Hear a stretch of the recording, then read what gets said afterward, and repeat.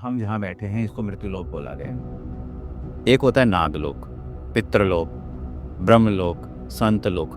क्या ये लोक रियल में एग्जिस्ट करते हैं? देखिए, अभी हम लोग थोड़ी देर पहले ये चर्चा कर मल्टी यूनिवर्स की बात कर चुके हैं या सिमिलर यूनिवर्स की बात कर चुके। निसंदेह बहुत सारे लोग हैं, लेकिन अब उनको नाम हमने अपने हिसाब से दे के रखे हैं। आज के विज्ञान इस बात को कह चुका है कि कितनी ही गैलेक्सियाँ हैं, कितने ही सौरमंडल हैं। मन में सवाल आता है कि मैं कौन हूँ, मेरा जन्म क्यों हुआ और ये जन्म कब तक होता रहेगा। ये हमारा उद्देश्य भी है कि आदमी का सेल्फ इंट्रोडक्शन हो। मैं कौन हूँ, कहाँ से आया हूँ, क्यों आया हूँ, मेरा जन्म इस पृथ्वी पर क्यों हुआ है, और उससे आगे भी हमें जानना चाहिए कि ये ब्रह्मांड क्या है, इसे कब बनाया, किसने बनाया, कैसे बनाया, क्यों बनाया। क्या इस धरती पर कोई ऐसा प्राणी है जो हमेशा ही खुश रहे? एक ही स्थिति है, आपको हमेशा खुश रखने के लिए या खुश होने के लिए ट्रुथ यानी कि टोटल ट्रुथ यानी संपूर्ण सत्य को जानना। किसी व्यक्ति ने अच्छे कर्म किए पिछले जन्म में, तो इस जन्म में वो अच्छा भाग्य लेके पैदा हुआ, बिल्कुल है ना। लेकिन यहाँ पे वो कुछ ऐसे बुरे कर्मों में फंस गया, तो उसका ये जीवन कैसा जाएगा? अच्छे कर्म का परिणाम तो मिला है। हम लोग बैठते एक बात चर्चा कर चुके थे, स्वर्ग नरक पृथ्वी पे है या कहीं और है।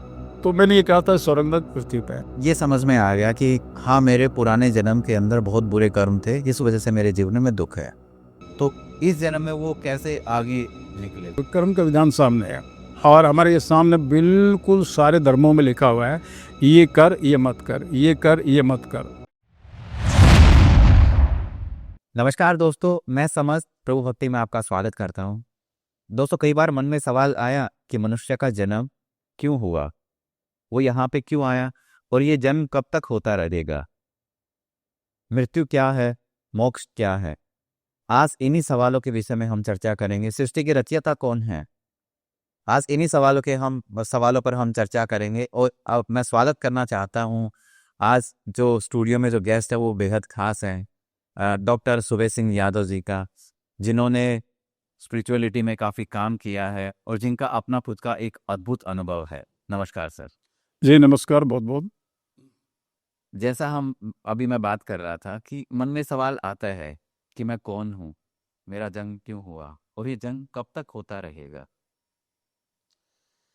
देखिए, बहुत सारी चीज़ों को, ये हमारा उद्देश्य भी है कि आदमी का सेल्फ इंट्रोडक्शन हो। मैं कौन हूँ, कहाँ से आया हूँ, क्यों आया हूँ, मेरा जन्म इस पृथ्वी पे क्यों हुआ है, और उससे आगे भी हमें जानना चाहिए कि ये ब्रह्मांड क्या है, इसे कब बनाया, किसने बनाया, कैसे बनाया, क्यों बनाया, ये भी हमें पता होना चाहिए।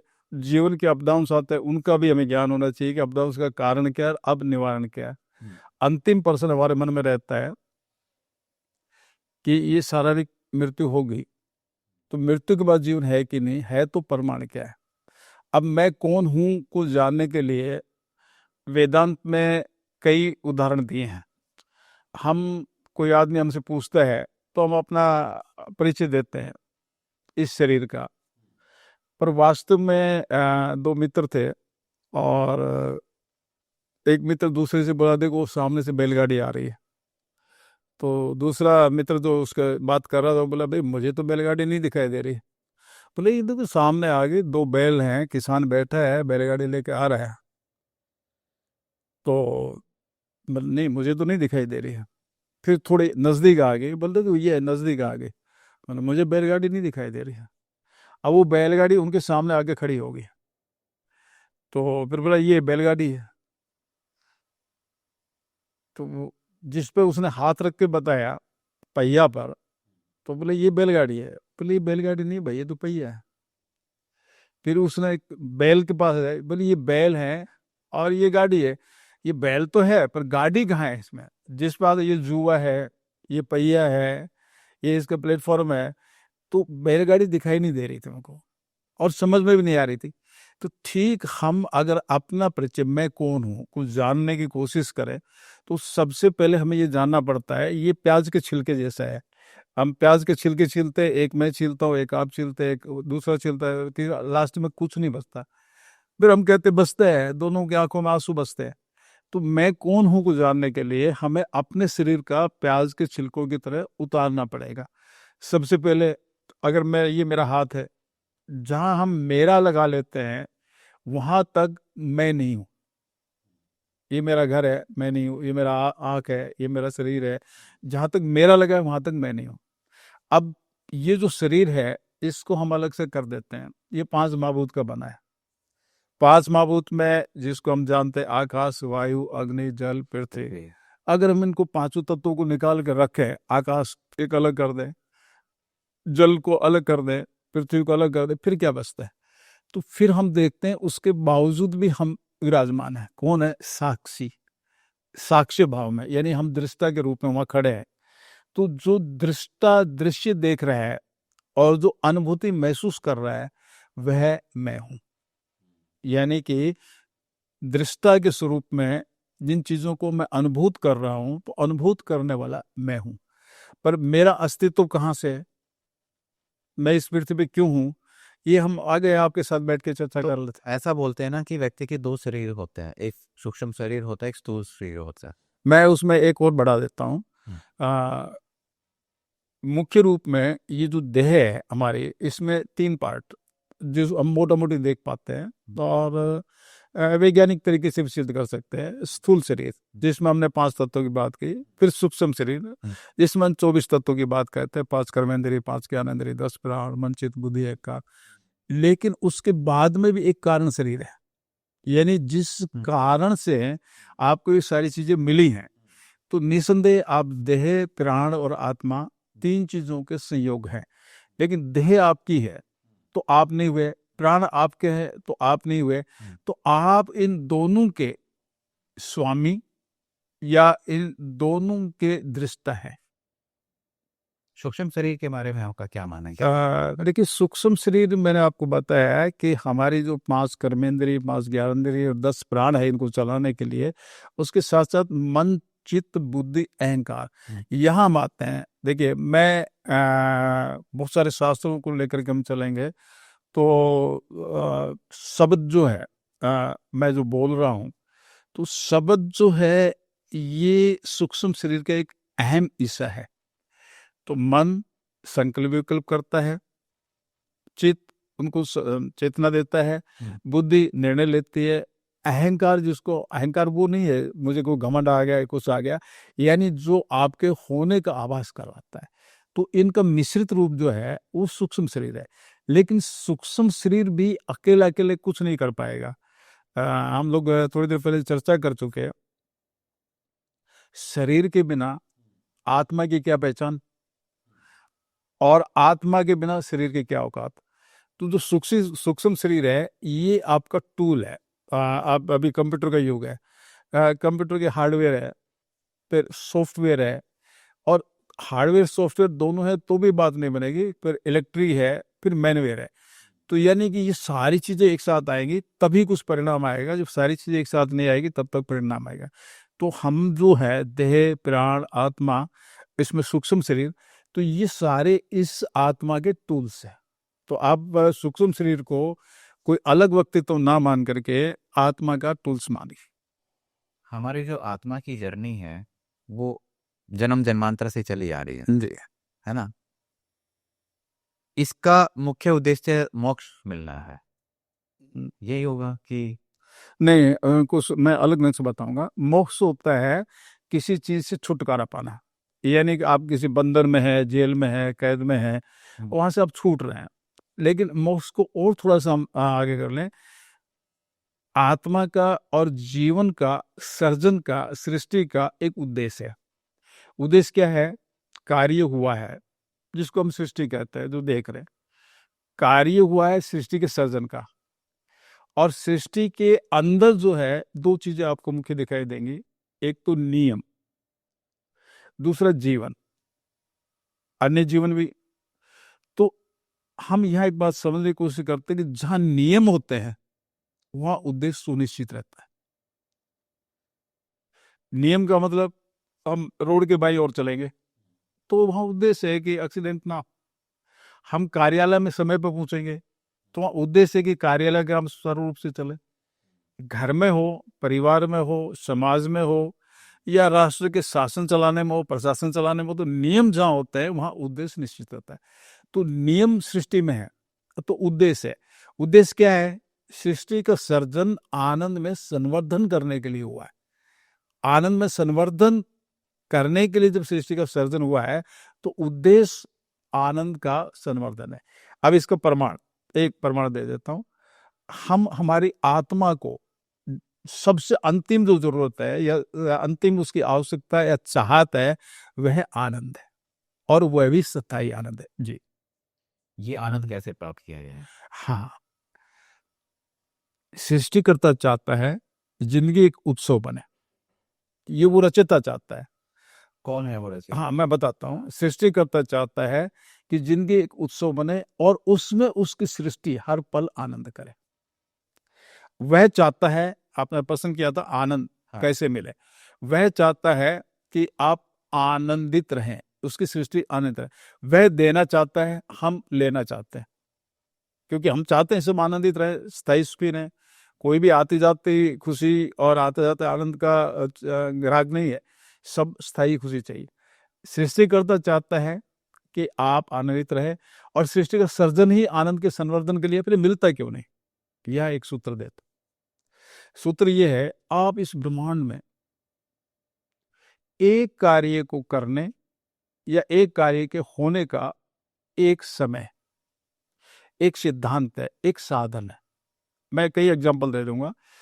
किसान अभी गेहूं बो रहा है, अगर ये गेहूं वो मार्च अप्रैल में बोए तो गेहूं की फसल नहीं होगी। तो एक समय है, हर एक कार्य का एक समय है। बच्चे की एक आयु है, वो कुछ सीख सकता है, पढ़ सकता है। अगर वो आयु 27 के बाद में चलेगी तो बिरला ही कोई पढ़ सकता है, बाकी वो पढ़ नहीं पाएगा। तो हर एक कार्य का एक समय है। फिर कार्य के होने का एक सिद्धांत है। बहुत सरल शब्दों में मैं कोशिश करूँगा समझाने की। माताएं बहनें रोटी बनाती है, हमारे यहाँ रोटी बनाने के कितने तरीके हैं। रोटी बेलते हैं, आटा गूंथते हैं, बेलते हैं, उसके बाद रोटी तवे पर रखते हैं, गर्म होती है, सेकते हैं चूल्हे में, कैसे भी। इसके अलावा और आप कैसे रोटी बना सकते हैं? कोई तरीका नहीं है। आप तंदूर में बनाए या आप बेक करें, वो एक अलग चीज है, परंतु प्रोसीजर वो एक ही है, दूसरा है ही नहीं। आप गाड़ी स्टार्ट करते हैं, आपको स्पार्क देना ही पड़ता है, और कोई तरीका नहीं है। चाहे धक्का मार के दे, चाहे चाबी घुमा के दे। कहने का मेरा यहाँ भाव और अर्थ ये है कि इस संसार में, यानी कि पृथ्वी के ऊपर और आसमान के नीचे, एक कार्य को करने या होने के लिए एक समय है, एक सिद्धांत है, यानी एक तरीका है। दूसरा तरीका हम खा कैसे सकते हैं? मुंह से खा सकते हैं, दूसरा कोई तरीका नहीं। अगली बात, एक साधन है, हर एक कार्य करने का एक साधन है। अब हम लोग शूटिंग कर रहे हैं, अगर हमारे पास ये साधन ना हो तो नहीं करेंगे। अगर कोई बाल्टी लेके बैठ जाए और कहे मैं शूटिंग करूंगा, तो नहीं होगा। एक कार्य को करने का एक समय, एक सिद्धांत और एक साधन है। सही समय पर, सही साधन के साथ, सही सिद्धांत का सही सही प्रयोग होगा, तभी आपको सुनिश्चित परिणाम मिलेगा, नहीं तो आपको सुनिश्चित परिणाम नहीं मिलेगा। तो हमें आनंद चाहिए। आपका प्रश्न था आनंद कैसे मिले। हाँ। तो हमें उस सूत्र को जानना पड़ेगा कि आनंद की प्राप्ति के लिए कौन सा सूत्र है। वह सूत्र जान के हम आगे बढ़ेंगे तो परिणाम सुनिश्चित आएगा, क्योंकि सुनिश्चित है, जहाँ नियम है वहाँ उद्देश्य सुनिश्चित है, और नियम का पालन करते ही आपको परिणाम मिलेगा। जैसे मान लो किसी को खेलने में मजा आता है तो वो वहाँ आनंदित है, वो किसी को गाने सुनने में मजा आता है, किसी को मूवी देखने में मजा आता है, तो वो तो आनंद में है। नहीं, वो आता जाता है, आता जाता आनंद है। देखिए, क्षण भर के लिए है। हाँ, वो क्षण भर, 1 घंटा 2 घंटा, 1 दिन 2 दिन। हम लोग कल क्रिकेट, हमारे बच्चे खेल रही थी क्रिकेट में, बड़े खुशी थे, बड़े आनंद से आंसू बह रहे थे, या उन लोगों को बहुत, लेकिन वो थोड़ी देर बाद में तकलीफ में आ जाते हैं। यानी कि क्या इस धरती में कोई ऐसा प्राणी है जो हमेशा ही खुश रहे? ऐसा तो एक ही स्थिति है, आपको हमेशा खुश रखने के लिए या खुश होने के लिए ट्रुथ, यानी कि टोटल ट्रुथ, यानी संपूर्ण सत्य को जानना। ट्रुथ बहुत सारे हैं, ऐसा नहीं है कि ट्रुथ एक है, बहुत सारे ट्रुथ है। जैसे हम लोग बैठ के चर्चा कर चुके, मेरी माँ है, मेरी माँ मेरी सच्चाई है, आपकी माँ आपकी सच्चाई है, आपका गांव जिसमें आपका जन्म हुआ आपकी सच्चाई है, आप जिस शहर में रह रहे हैं वो आपकी सच्चाई है, मैं जहाँ रह रहा हूँ वो मेरी सच्चाई है। लेकिन आपकी सच्चाई मेरे या लोगों किस काम की? तो सच बहुत सारे हैं, लेकिन संपूर्ण सच, संपूर्ण सच में मैं कोशिश करता हूँ, आपको ये विषय में ही है लेकिन विषय से अलग नहीं जाएंगे। किसी भी चीज़ को जानना है तो उसका एक फार्मूला है, और वो फार्मूला क्या है? बहुत प्रसिद्ध फार्मूला है, छोटा मोटा नहीं। 4 टाइम यानी 4 बार WS और 3 टाइम HS। इसको हम इस तरह से कह सकते हैं, आप इस फार्मूला को जानते भी होंगे, समझ भी गए होंगे कि यानी एक घटना हो, व्यक्ति हो, स्थिति हो, कुछ भी हो, उसके सामने हम 7 बार पर्सन नहीं लगा लेंगे तब तक वो ट्रूथ बाहर नहीं आएगी। जैसे हम यहाँ ऑफिस में बैठे हैं और बाहर आवाज़ आई और हमने कहा है कि बाबू नाइक देखो तो बाहर का की आवाज़ आई, तो इन्होंने कहा कि कोई स्कूटर वाला जा रहा था, वो गिर गया। थोड़ी देर बाद में इतना इन्फॉर्मेशन इनके पास थी, देखने के बाद में हमने पूछा भाई वो कौन था, कहाँ का था, क्या हुआ, कहाँ चोट लगी? तो मिस्टर दाई कहेंगे सर मैं तो देख के आया था, इतना ही मुझे पता है, ऐसा नहीं पता। लेकिन जैसे ही अगर हम उसके सामने 7 बार लगा लेते क्वेश्चन, ये फार्मूला यूज कर लेते हैं, ये फार्मूला बड़ा काम का है। बहुत सारे लोग गुप्त चीज़ों को खोजने के लिए इस फार्मूला को यूज़ करते हैं, पत्रकार यूज़ करते हैं, पुलिस यूज़ करती है, बड़े बड़े रिसर्चर होते हैं वो इसको यूज़ करते हैं। इसको और सरल करके हम समझाने की कोशिश करते हैं। मैं एक आवाज़ करता हूँ ए, तो एक ध्वनि है, मीनिंग कुछ समझ में नहीं आ रहा है, लेकिन जैसे ही ये एक स्वर है और फिर मैं अगर कोई व्यंजन बोल देता हूँ से ए के आगे रे, तो हम क्लियर करेंगे ये स्वर था, ये व्यंजन था। लेकिन आगे जाके हम स्वर और व्यंजन दोनों को मिक्स कर देते हैं तो वर्ण आ जाता है एक। लेकिन एक शब्द से भी बात बनने वाली नहीं है, उस शब्द में जब दूसरा शब्द मिलाएंगे तो अर्थ आएगा। जैसे हमने ए की बात की, ए और रे को मिलाकर रा की बात की, रा में मैं मिला दिया तो राम हो गया। तो राम होने से हमें एक समझ में आ गया राम किसी का नाम है, लेकिन उससे पहले नहीं समझ में आया था। पहली स्टेज पर समझ में नहीं आया, दूसरी स्टेज पर समझ में नहीं आया, तीसरी स्टेज पर हमें समझ में आया कि ये राम नाम है। लेकिन राम किसी का भी नाम हो सकता है। आगे ये कह दिया जाए राम राजा है, तो ये चौथी स्टेज में समझ में आ जाता है कि राम तो राजा तो है पर कहाँ का है। फिर अगली बात ये कही जाए राम अयोध्या का राजा है, तो समझ में आता है हाँ राम अयोध्या का राजा, लेकिन कौन सा?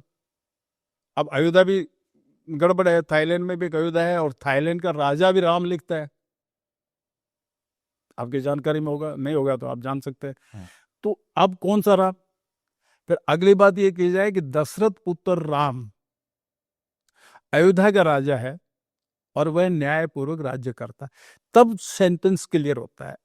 तो 7 बात, क्या हुआ, कब हुआ, कैसे हुआ, किसने हुआ, किसके साथ हुआ, फिर उसका लास्ट परिणाम क्या हुआ, तो ये 7 बार हम घटना व्यक्ति या किसी के सामने लगाते हैं, तब जाके सत्य प्रकट होता है। और सत्य जो प्रकट होता है उसको हम मान के चलते हैं तो संपूर्ण सत्य का ज्ञान होता है। संपूर्ण सत्य का ज्ञान होता है तब हमें हमारी चीजें समझ में आने लगती है। आपका एक निवेदन था, मैं कोई कोशिश करता हूँ ये सत्य हमें एक और तरीके से भी समझ में आता है। एक लड़का था, उसकी बम्बई में जॉब लग गई, गांव का था, पहली बार बम्बई जा रहा था। तो माँ ने कहा बेटा ट्रेन में बहुत सारे लोग रहते हैं, कोई खाने को दे तो खाना मत, और कोई मीठी मीठी चुपड़ी चुपड़ी बात करे तो बात तो मत आना, ध्यान रखना कि कुछ भी खिला पिला के लूट लेते हैं। तो लड़का गांव का था, बोला हाँ ठीक है मैं ध्यान रखूंगा। दिल्ली ट्रेन में बैठ गए, और अक्सर हम लोग जब ट्रेन यात्रा करते हैं तो 3 बर्थ इधर, 3 और 2 सामने, 8-7 बर्थ होते हैं।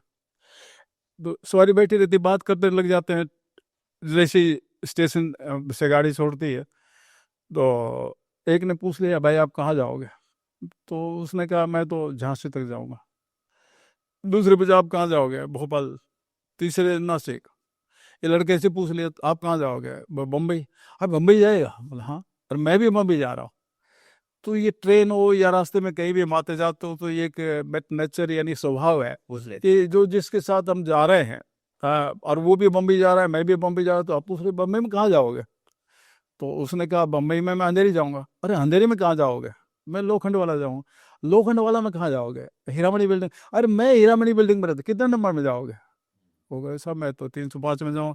अरे मैं साथ में रहता हूँ, एक घर छोड़ के, मिला हाथ। यानी मित्रता होगी। अगली बात, अब ये चले गए बम्बई, अंधेरी जवाई उतर गए। तो इन्होंने ये तय कर लिया रेलवे में बैठे बैठे कि अंधेरी रेलवे स्टेशन से लोखंडवाला की हीरामणि बिल्डिंग तक रिक्शा वाला 50 रुपये लेता है। 25 आप दे देना, 25 मैं दे दूंगा, 25 आपके बचेंगे, 25 मेरे बचेंगे, तय हो गया। लेकिन जैसे ही ये रिक्शा में बैठे, इस लड़के को माँ की बात याद आ गई। माँ की बात याद आ गई कि कोई दे तो खाना मत, मैंने तो खाया तो नहीं किसी का, मैं अपनी रोटी खाई। और माँ ने ये भी कहा था किसी की चुपड़ी चुपड़ी बातों में मत आना। कहीं ये इसकी मैं बातों में तो नहीं आ रहा। तो लड़के को संदेह हुआ, उसने अपना बैग उठाया और उठा के नीचे बैठ गया, रिक्शा छोड़ दिया। वो बोले भाई क्यों उतर रहा है? बोले नहीं मेरा मित्र आ रहा है, उसका फोन आया था और बाइक लेके आ रहा है, मैं उसके साथ जाऊंगा। एक्सक्यूज कर दिया उसको। हाँ। लेकिन उसने कहा भाई तू तेरे मित्र को वापस फोन कर दे, 25 तेरे बचेंगे, 25 मेरे बचेंगे, वो ट्रैफिक में कहाँ परेशान होगा। बोल ना मैं तो मेरे मित्र के साथ जाऊंगा। तो इनका वाद विवाद हुआ। तो रिक्शे वाले सुन रहे थे। तो रिक्शे वाले देख रहे थे, सो वो तुरंत समझ जाते हैं बॉडी लैंग्वेज से, और आवाज सुने ना सुने समझ जाते हैं कुछ गड़बड़ है। तो बोले तेरी मर्जी, तो अगर नहीं आना चाह रहा तो मत आ, मैं तो जाता हूँ। वो चला गया। अब ये 5-7 मिनट 2 मिनट रुका, बाद में एक रिक्शे वाले से पूछा भाई मुझे लोखंडवाला में हीरामणि बिल्डिंग जाना है, कितने पैसे लेंगे? बोले 100 रुपये लेंगे। तो बोले वो 50 में गया है, तो उसके यहाँ जाता ना। अब ये जो वाद विवाद 1 2 से 3 से गया, तो सब 50 रुपये ज्यादा पैसे बता रहा। ये कंफ्यूज हो गया, करूँ तो क्या करूँ। तो ये ऐसे घूम रहा था। तो रेलवे स्टेशन पर एक कंडक्टर जो होता है, जो सवारी बाहर निकलती है तो गेट पे खड़ा रहता है, वो टिकट लेता रहता है। तो वो टिकट लेने वाले ने उसको सोचा ए इधर आ। तो इसने उसका इशारा देख कर उसके पास गया, बोले क्या बात है? बोले मुझे लोखंड वाला जाना है, हीरामणि बिल्डिंग में, और ये रिक्शा वाले पैसा मांग रहे हैं। वो 50 में गया। तो बोले तू एक काम कर, यहाँ खड़ा हो जा, ये सवारी चले जाती है और मैं कोई अच्छा रिक्शा वाला करवा दूंगा, उसके बाद तुम चले जाना। तो ठीक है सब। अब वो वहाँ खड़ा हो गया। उसको खड़ा हुआ देख करके एक पुलिस वाला आ गया डंडा लेके, और डंडा ले सीधा उसको नहीं बोला कंडक्टर ए क्यों खड़ा है यहाँ। तो इसने एक अपनी कहानी सुना दी, सर मैं रिक्शा में जाऊंगा, ये भाई कह रहा है मैं अच्छा रिक्शा वाला करवा दूंगा, वो आपको छोड़ देगा। तो तू इसको पहचानता है? क्योंकि पुलिस वाले के तो प्रश्न होते हैं। बोले नहीं मैं तो नहीं पहचानता, अभी इन्होंने बुलाया मैं आ गया। बोले ये चोर है। पकड़ में क्यों नहीं आ रहा? पकड़ में इसलिए नहीं आ रहा है कि ये ड्यूटी पर रहता है, और जो घटना दुर्घटना होती है इसकी ड्यूटी पर रहने के समय में होती है, तो ये कोर्ट से बरी हो जाता है। मैं तो ड्यूटी पे था, मैं वहाँ कहाँ क्या कर रहा था। पर ये रिक्शा वाला से मिला हुआ है, वह सवारी को लूट लेता है, ये कई केस कर चुका। इसलिए ऊपर से आदेश हैं कि इसके साथ कोई सवारी दिखे तो तुम जाके उस सवारी को सावधान करो। आपको देख के मैं आ गया। अब ये लड़के के साथ, ये पहले तो कंडक्टर, रिक्शा वाला, फिर कंडक्टर, और फिर पुलिस वाला। तो स्टेशन मास्टर देख रहा था सवारी को कुछ परेशानी है। तो उसने कहा मैं स्टेशन मास्टर हूँ, मेरी जिम्मेदारी बनती है सवारी की हिफाजत करना। तो वो बाहर आया, आके उसको बोला ए बात क्या है? तो इसने अपनी पूरी राम कहानी सुना दी। मेरी माँ ने ये कहा था और ऐसी ऐसी बात हुई थी, और अब ये सामने परिस्थिति। तो जैसे ये बात कर रहा था, तो स्टेशन मास्टर बोला तू चल मेरे साथ।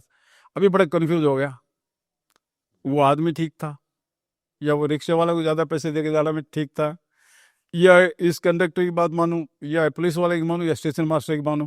तो ये असमंजस में पड़ गया, करूँ तो करूँ क्या। उतनी देर में सामने से मिस्टर समस्त आ रहे थे, पूर्व परिचित। अरे तू यहाँ क्या कर रहा है? अरे भाई मैं तो काम के लिए मुंबई में आया। तो इन सबको छोड़ दिया और उसके साथ वो चला गया। ये स्टोरी ये कहती है कि आपकी अपनी अंतरात्मा जो है, वह जो आवाज आपको देती है, उसकी सुनकर के आप तो तक जा सकते हैं। तो हमें संपूर्ण सत्य को जानना है, तो संपूर्ण सत्य को जानने के लिए हमें पर्सन करने आने चाहिए। तो हम पर्सन नहीं करेंगे, तब तक हम ट्रुथ तक नहीं जाएंगे। हम लेट गो करते रहेंगे, भाई नहीं है, कोई बात नहीं। तो इस तरह से हम एक दो और एग्जाम्पल दे सकते हैं और आगे बढ़ सकते हैं। तो सच को जानने के लिए आपको 7 बार प्रश्न करना ही पड़ेगा। प्रश्नवाचक नहीं लगाएंगे तो सत्य सामने नहीं आएगा।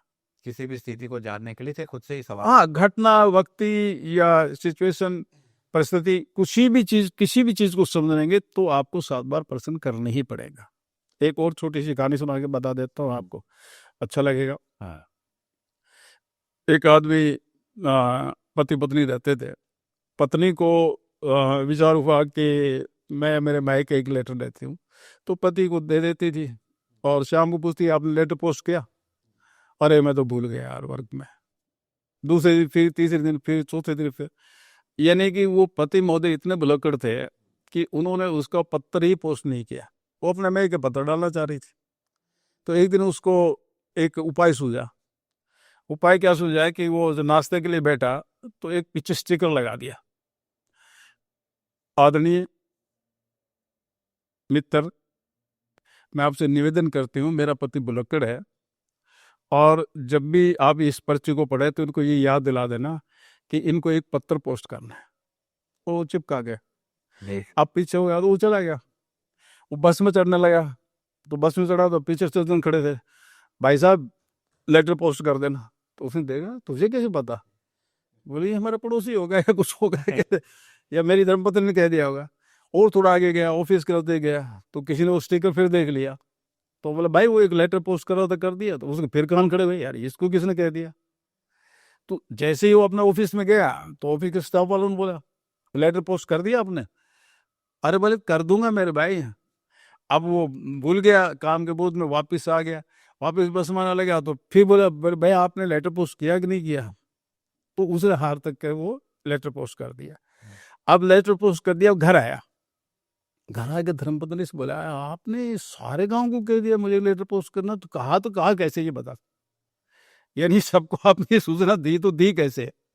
तो मैंने कुछ नहीं किया भाई। अब उसने अपनी धर्मपत्नी से प्रश्न किया कि आपने ये चमत्कार किया तो किया कैसे? बोले मैंने कुछ नहीं किया, आपके पीछे एक स्टिकर लगा दिया। उसने शीशे में जाकर स्टिकर देगा। अरे, तो हमारी अंतर आत्मा हमारा एक स्टिकर है जो हमें बार बार सच को जानने के लिए प्रेरित करती रहती है। और सच को जानने के लिए हमें 7 बार प्रश्न करना पड़ेगा। तो ये स्टोरी हमें ये मैसेज देती है कि जब तक हम प्रश्न नहीं करेंगे तब तक हमें सच का पता नहीं पड़ेगा। गांव को पता पड़ जाएगा, हमें नहीं पता पड़ेगा। जी, हम थोड़ा सा बात करते हैं स्पिरिचुअलिटी और रिलीजियस, मतलब धार्मिकता और आध्यात्मिकता।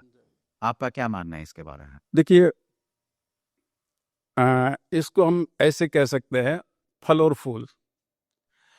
एक पेड़ में पहले फूल आते हैं, बाद में फल आते हैं। तो धार्मिकता स्पिरिचुअलिटी की ओर ले जाने का एक चैनल है, इसमें कोई दो राय नहीं। लेकिन धार्मिकता में बहुत सारी चीजें स्वार्थी लोगों ने इतना घालमेल कर दिया। हम भगवान को क्यों पूछते हैं या भगवान को क्यों मानते हैं? समझने के लिए। अब सोचिए, कोई आदमी कहता है कि तू 100 रुपया चढ़ा के और एक नारियल चढ़ा के मर्सिडीज मांग ले, तो ये कोई तरीका है क्या? मतलब कुछ समझने के लिए बात है कि हनुमान जी के चुंदड़ी चढ़ाया और नहीं सिंदूर चढ़ा के आ जा और वो तेरी शादी करवा देंगे। बाल ब्रह्मचारी को तुम सिंदूर चढ़ाओगे, शादी करवा दे। यानी हम देवी को चुंदड़ी चढ़ा करके कुछ भी मांग लेते हैं, कुछ भी कर लेते हैं।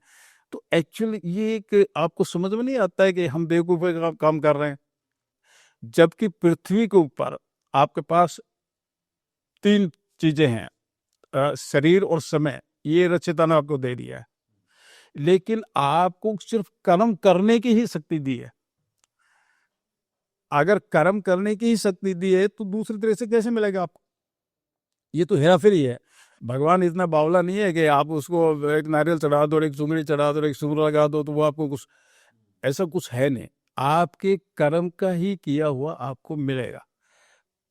वही से ही हमारे प्राप्त हाँ, तो ये जो दूसरे रिचुअल्स है, ये हमें पाखंड की तरफ तो लेके जाते हैं। लेकिन अगर इन रिचुअल्स को ठीक से समझे, जैसे दया कर, प्रेम कर, दान कर, सुमरन कर, इनको अगर हम लेके जाएंगे तो वो आपके मन की पवित्रता को बढ़ाएंगे।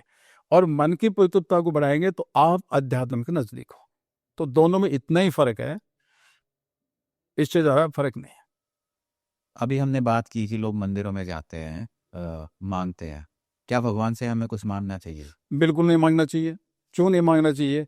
भगवान ने सीधा सीधा आपको कर्म करने का एक ऑप्शन देकर रखा है। प्रार्थना कर सकते हैं, धन्यवाद दे सकते हैं, कोई चीज हमारी समझ में नहीं आ रही तो हम भगवान से कह सकते हैं, प्रभु ये समझ में नहीं आ रहा है हमारे, ये हमें समझाने की कोशिश कर। और धन्यवाद दे सकते हैं कि आपने मेरे अच्छी माँ दी, अच्छे पिता दिए, अच्छे भाई दिए, अच्छे बहन दिए, आज का दिन अच्छा दिया, स्वास्थ्य अच्छा दिया। तो धन्यवाद और प्रार्थना हम कर सकते हैं। बाकी अगर हम कुछ दे के कुछ लेना चाहे, सब कुछ तो उसका ही है ना, उसके अलावा और किसका है? हमारे जीवन में दुख क्यों आते हैं? ये भी हमारे कर्म का ही परिणाम है। ये हमारे कर्म का इसलिए परिणाम है, कर्म जो होते हैं वो 3 प्रकार के हैं। थोड़ा आराम से समझने की कोशिश करेंगे। मुझे प्यास लगी और मैं एक दुकान वाले को 10 रुपए दे के एक पानी की बोतल ले ली। 10 रुपए दे करके पानी की बोतल ले ली, तो मेरा और दुकानदार का लेन देन कितना बाकी है? पानी की बोतल का जैसा। आ गया नहीं, वो लेन देन हो गया पूरा, ना उसने मुझे देना ना मैंने देना। तो कुछ कर्म ऐसे होते हैं कि मैंने आपको नमस्ते किया, आपने मुझे नमस्ते कर दिया, यानी कि तुरंत किया तुरंत परिणाम। पानी पिया ताजगी मिल गई, परिणाम आ गया। कर्म किया और कर्म का परिणाम। कुछ कर्म ऐसे होते हैं कि उनका परिणाम थोड़ी देर बाद मिलता है। थोड़ी देर बाद कैसे मिलता है? एक आदमी महीने भर काम करता है, महीने के बाद में उसको तनख्वाह मिलती है। मजदूर सुबह से लेकर शाम तक काम करता है, शाम को उसको रोजगारी मिलती है। यानी काम तो किया लेकिन रोजगारी शाम को मिली, काम तो किया लेकिन उसका मेहनताना एक महीने बाद मिला। तो कर्म करते ही परिणाम, कर्म किया उसका परिणाम थोड़ी देर बाद। जीवन के अंतिम क्षण से पहले किसी का भलाई कर दिया। हमारी एक बच्ची है, हमारे किसी मित्र की, तो वो गुजराती फिल्मों में बड़ी हीरोइन है। लेकिन जब वो पहले दिन थे तो मेरे पास 3-4 गाड़ी थी, तो वो कहीं शूटिंग पर जाना था, तो शूटिंग बोले कि अंकल आपकी गाड़ी दे दो। मैंने कहा ले जा भाई। उस समय स्ट्रगल कर रही थी, कोई पूछता नहीं था, हमने दे दी। अब वो बड़ी हीरोइन बन गई। एक दिन मैं अहमदाबाद में था, उसके पिताजी ने फ़ोन कर दिया कि सर अहमदाबाद में है। तो वो लड़के का फ़ोन आ गया, बोले अंकल रुको, मैं जहाँ आप हैं वहीं आ रही हूँ। अब जैसे ही वो लड़की वहाँ आई तो पब्लिक इकट्ठी होगी और वो मेरे पैर छू रही है। तो कहने का मतलब ये है कि आपने इस जन्म में कैसा भी कर्म किया है, उसका परिणाम अब नहीं तो थोड़ी देर बाद जीवन के अंतिम क्षण तक आपको मिल जाएगा। लेकिन एक कर्म ऐसे हैं जिनका परिणाम तुरंत नहीं मिलेगा, थोड़ी देर बाद नहीं मिलेगा, इस जन्म में नहीं मिलेगा, वो नेक्स्ट में मिलेगा। तो अब 3 प्रकार के कर्म है। कौन सा कर्म अभी, कौन सा कर्म थोड़ी देर बाद, और कौन सा कर्म जीवन के अगले जन्म। अगले जन्म। तो निसंदेह आपके पिछले जन्मों का संबंध आपके जीवन से है। और वहीं से ही अगर हमारे बुरे कर्म है तो हमें उसका हम बुरा परिणाम मिलेगा। बिल्कुल, इसमें कोई ये किंवदंती है लेकिन समझने के लिए बहुत अच्छी बात है। बेसम पिता में तीरों से बीन दिया गया, ये समझने के लिए है। वास्तविकता को मैं हाना नहीं कह रहा, और वो तीरों से बिंदा पड़ा है। तो वहाँ किसी ने दृष्टि डाल के देखी कि भाई ये ऐसी स्थिति क्यों है इसको उत्तरायण तक। तो उन्होंने कहा कि ये किसी टाइम में किसी बिच्छू को या कान खजुरा को या किसी को सूंड से बीन दिया था, इसलिए उसका परिणाम मिला। तो मैं ये नहीं कह रहा कि ऐसा, ऐसा बोलते हैं कि सांप को कांटों पे फेंक दिया। हाँ जो भी कुछ भी हो, ये घटनाएं हैं, पर वो शिक्षा के लिए है। ऐसे के ऐसे हुई उसका मैं समर्थन नहीं करता, पर समझने के लिए कि हम चाहे बुरे कर्म कभी भी किए हों। तो इसका एक बहुत और सरल एग्जाम्पल है। एक गुरु के 2 शिष्य थे और एक बहुत अच्छे काम करता था, एक बुरे बुरे काम करता था। तो एक दिन रास्ते में जा रहे थे, तो जो अच्छे काम करता था उसकी सूल घुस गई और जो बुरे काम करता था उसको 500 का नोट मिल गया। अब वो गुरु जी के पास है, तो गुरु जी से पूछा भाई ये ऐसे क्यों हुआ? तो गुरु जी ने अपने ध्यान दृष्टि में जाके देखा होगा, ये समझने के लिए है। लिटरली ऐसा है या वो मुझे नहीं मालूम, पर ये समझने के लिए है। उन्होंने कहा ये आज राजा बनने वाला था, लेकिन दुष्ट कर्म करके इसने जो था वो पुण्य क्षय कर दिया, और तुझे आज फांसी होने वाली थी। यानी कि तूने अच्छे कर्म करके वो अपने दंड तो मिला है लेकिन उसको कम कर लिया। तो निसंदेह हमारे कर्मों के परिणाम के कारण, हम लोग थोड़ी देर पहले चर्चा कर चुके, हमारी आज की सामाजिक प्रतिष्ठा और आजीविका का जो साधन है वो हमारे प्रारब्ध की देन है। यदि हमें ये उचित नहीं लगता और हम इसमें सहज नहीं है तो कर्म का विधान सामने है। कर्म समझ करके हम जैसा चाहिए वैसा कर्म करें, वैसा विधान मान जाए। किसी व्यक्ति ने अच्छे कर्म किए पिछले जन्म में, तो इस जन्म में वो अच्छा भाग्य लेके पैदा हुआ, बिल्कुल। है ना। लेकिन यहाँ पे वो कुछ ऐसे बुरे कर्मों में फंस गया, तो उसका ये जीवन कैसा जाएगा? पिछले कर्म उसको बचाएं कि ये नहीं बचाएंगे। इसमें निस्संदेह क्या है कि अच्छे कर्म का परिणाम तो मिला है। हम लोग बैठते एक बात चर्चा कर चुके थे, स्वर्ग नरक पृथ्वी पे हैं या कहीं और हैं। तो मैंने ये कहा था स्वर्ग नरक पृथ्वी पे है। एक झोली में फूल, एक झोली में कांटे, यानी कुछ तो कारण होगा। यानी कि एक आदमी सोने की चम्मच मुंह में लेकर के पैदा होता है अडानी अंबानी के, एक झोपड़ी में पैदा होता है, पूरी जिंदगी भर दे रोटी ले रोटी मांग मांग के गुजारा करता है, कुछ तो कारण होगा। तो निसंदेह कर्मों के परिणाम, गाय अपने बछड़े यानी बछड़ा अपनी माँ को कितनी भी गाय हो उसमें पहचान लेता है। तो कर्म हमारे एक बछड़े की तरह है, वो पहचान ही लेंगे आपको।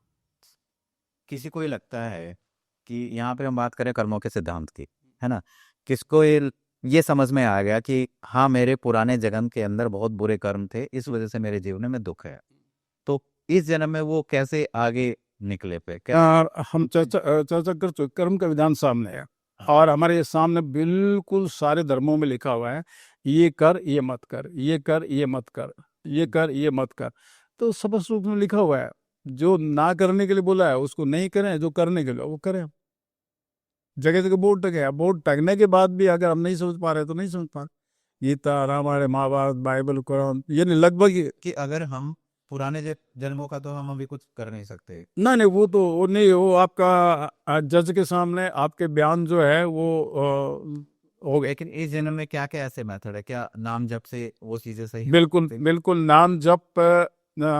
हमारे यहाँ पंजाब में बहुत सीधी सरल कहावत है, सेवा सुमरन, यानी कि आप सेवा करिए और सुमरन यानी नाम जप, जप नाम जो भी है।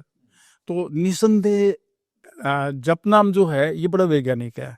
हम लोग थोड़ी देर पहले चर्चा कर चुके थे कि प्रतिमाओं का क्या विज्ञान है। तो जो नाम जप है ये बड़ा विज्ञान है। विज्ञान क्या है, जैसे हम इलेक्ट्रिक पैदा करते हैं, इलेक्ट्रिक बैठे हैं, तो इलेक्ट्रिक पैदा करने का एक तरीका है। कोयले से पैदा करते हैं, पानी से पैदा करते हैं, यूरेनियम से पैदा, एक तरीका है। तो जब हम आंख बंद करते हैं तो हमें अंधकार दिखाई देता है, अंधेरा।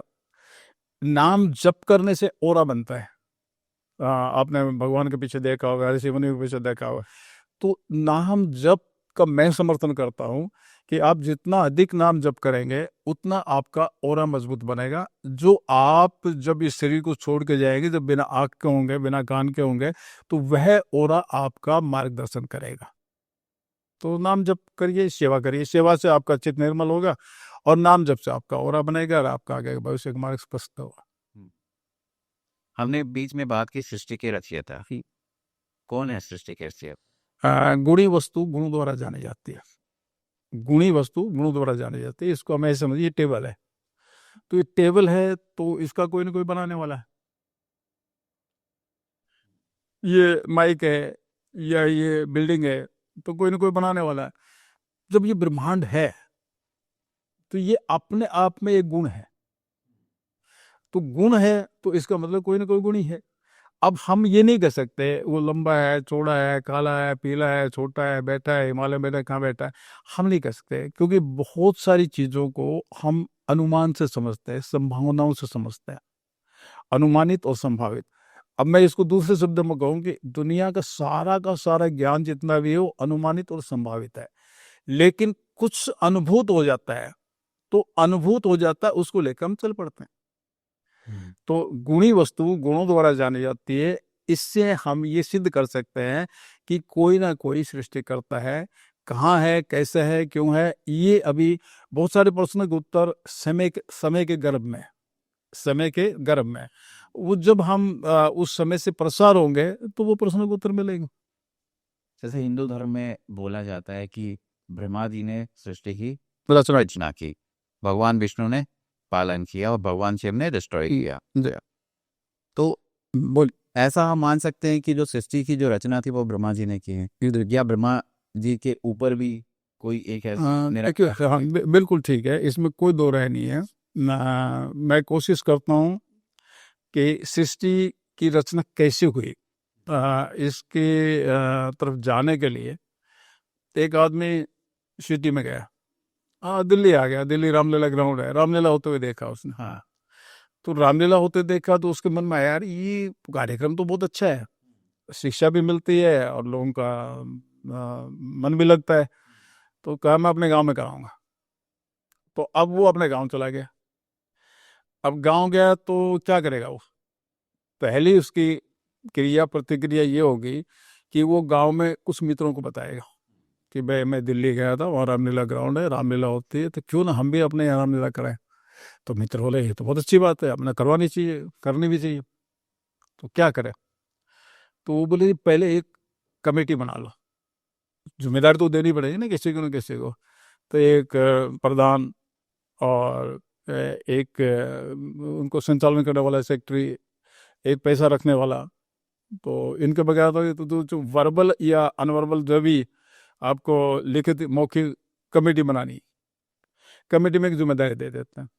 तो सृष्टि की रचना का सबसे पहला स्टेप है, रचिता था, आनंद स्वरूप था, लेकिन आनंद में संवर्धन करने के लिए उसने सबसे पहले देव सृष्टि का निर्माण किया, जिसको आप ब्रह्मा विष्णु महेश की बात कर रहे हैं। तो देव सृष्टि में तीनों के तीन काम सौंप दिए, ब्रह्मा का बनाने का, विष्णु का पालन करने का और शंकर का विनाश करने का। क्योंकि ये तीनों कार्य होना अनिवार्य है, तीनों कार्य नहीं होंगे तो स्टेप आगे नहीं जाएगा। एक कदम आप रखेंगे फिर दूसरा, दूसरा तीसरा, जब तक पहला कदम रखेंगे दूसरा रखेंगे तो एक ही कदम है, लेकिन जब पिछला कदम आगे चलेंगे तो आप आगे बढ़ पाएंगे, नहीं तो चीजें वहीं की वहीं इस तरह रहेंगी। हाँ।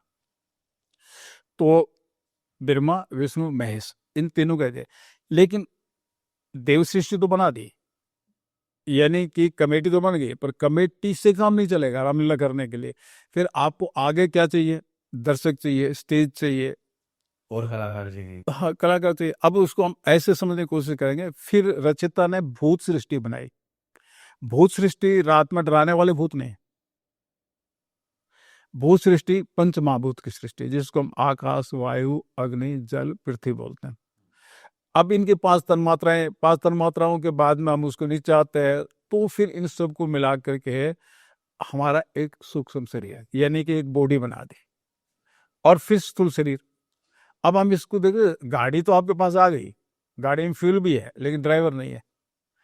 तब रचिता ने आत्म सृष्टि। अब आत्म सृष्टि को भी 3 भागों में बांटा हुआ है। यहां भी सत रज तम, पहले ब्रह्मा विष्णु महेश, फिर भूत सृष्टि में सत है, रज है, तम है, यानी 3 गुण की। फिर उसके बाद में जब आत्म सृष्टि बनाई वहां भी 3 है। 3 में उसको हम ऐसे कह सकते हैं कि एक मनुष्य है और पशु पक्षी है। तो इन 3 प्रकार की जो सृष्टि यहाँ बनाएगी, इनको ब्रह्मा के मार्फत से दुनिया में भेजा गया। तो दुनिया में भेजने के लिए पहला तरीका क्या रहा? जो जिसको हम शवधज प्राणी कहते हैं, वह सबसे पहला है। विज्ञान इस बात का समर्थन करता है, बैक्टीरिया सबसे पहला है। अब शवधज प्राणी का मतलब ये होता है कि शवधज प्राणी को उत्पन्न होने के लिए मम्मी पापा की जरूरत नहीं है।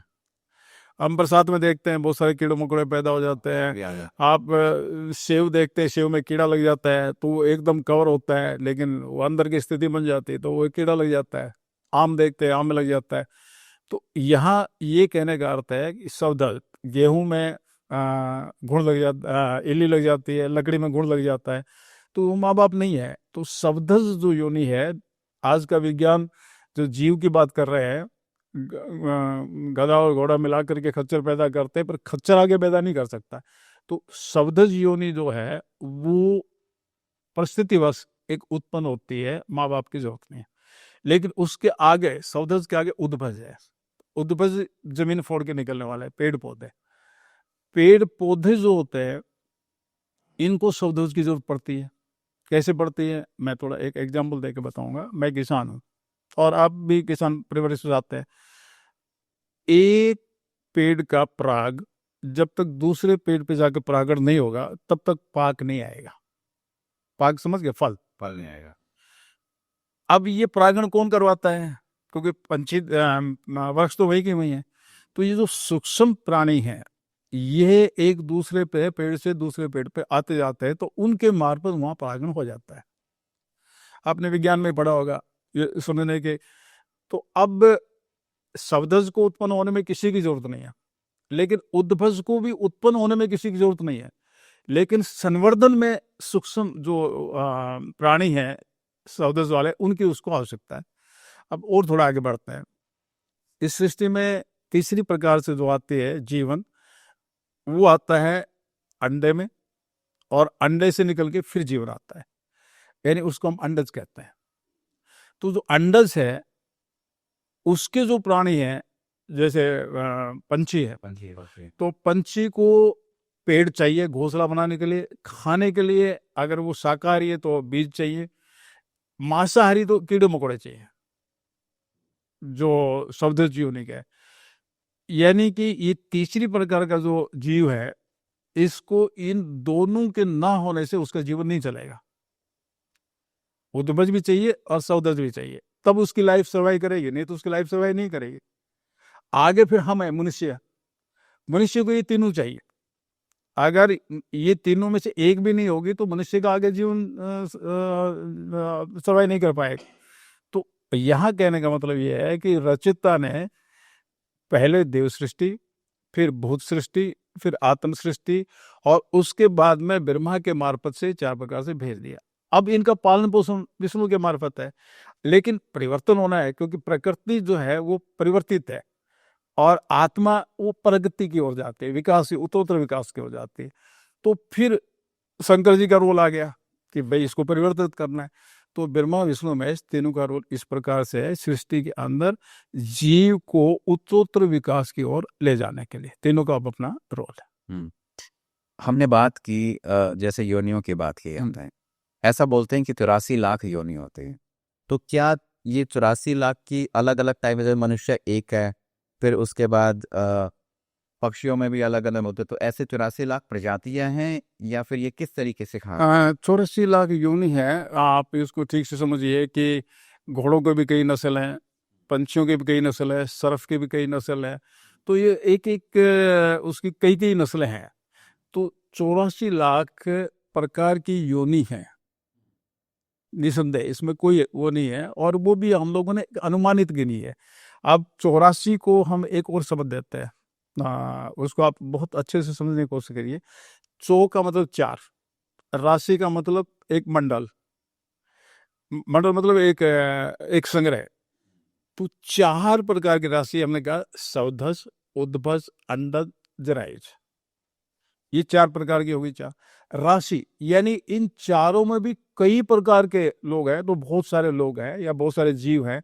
तो 84 का शब्द का अभ्रंश भी हो सकता है, लेकिन निसंदेह 84 प्रकार के जीवन है।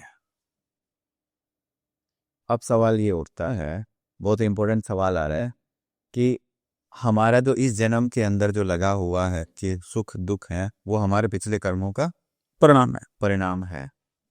तो फिर जो मनुष्य, और ये सिर्फ क्या मनुष्य योनि के लिए ही एप्लीकेबल होता है या फिर किसी लिए? सबके लिए होते हैं।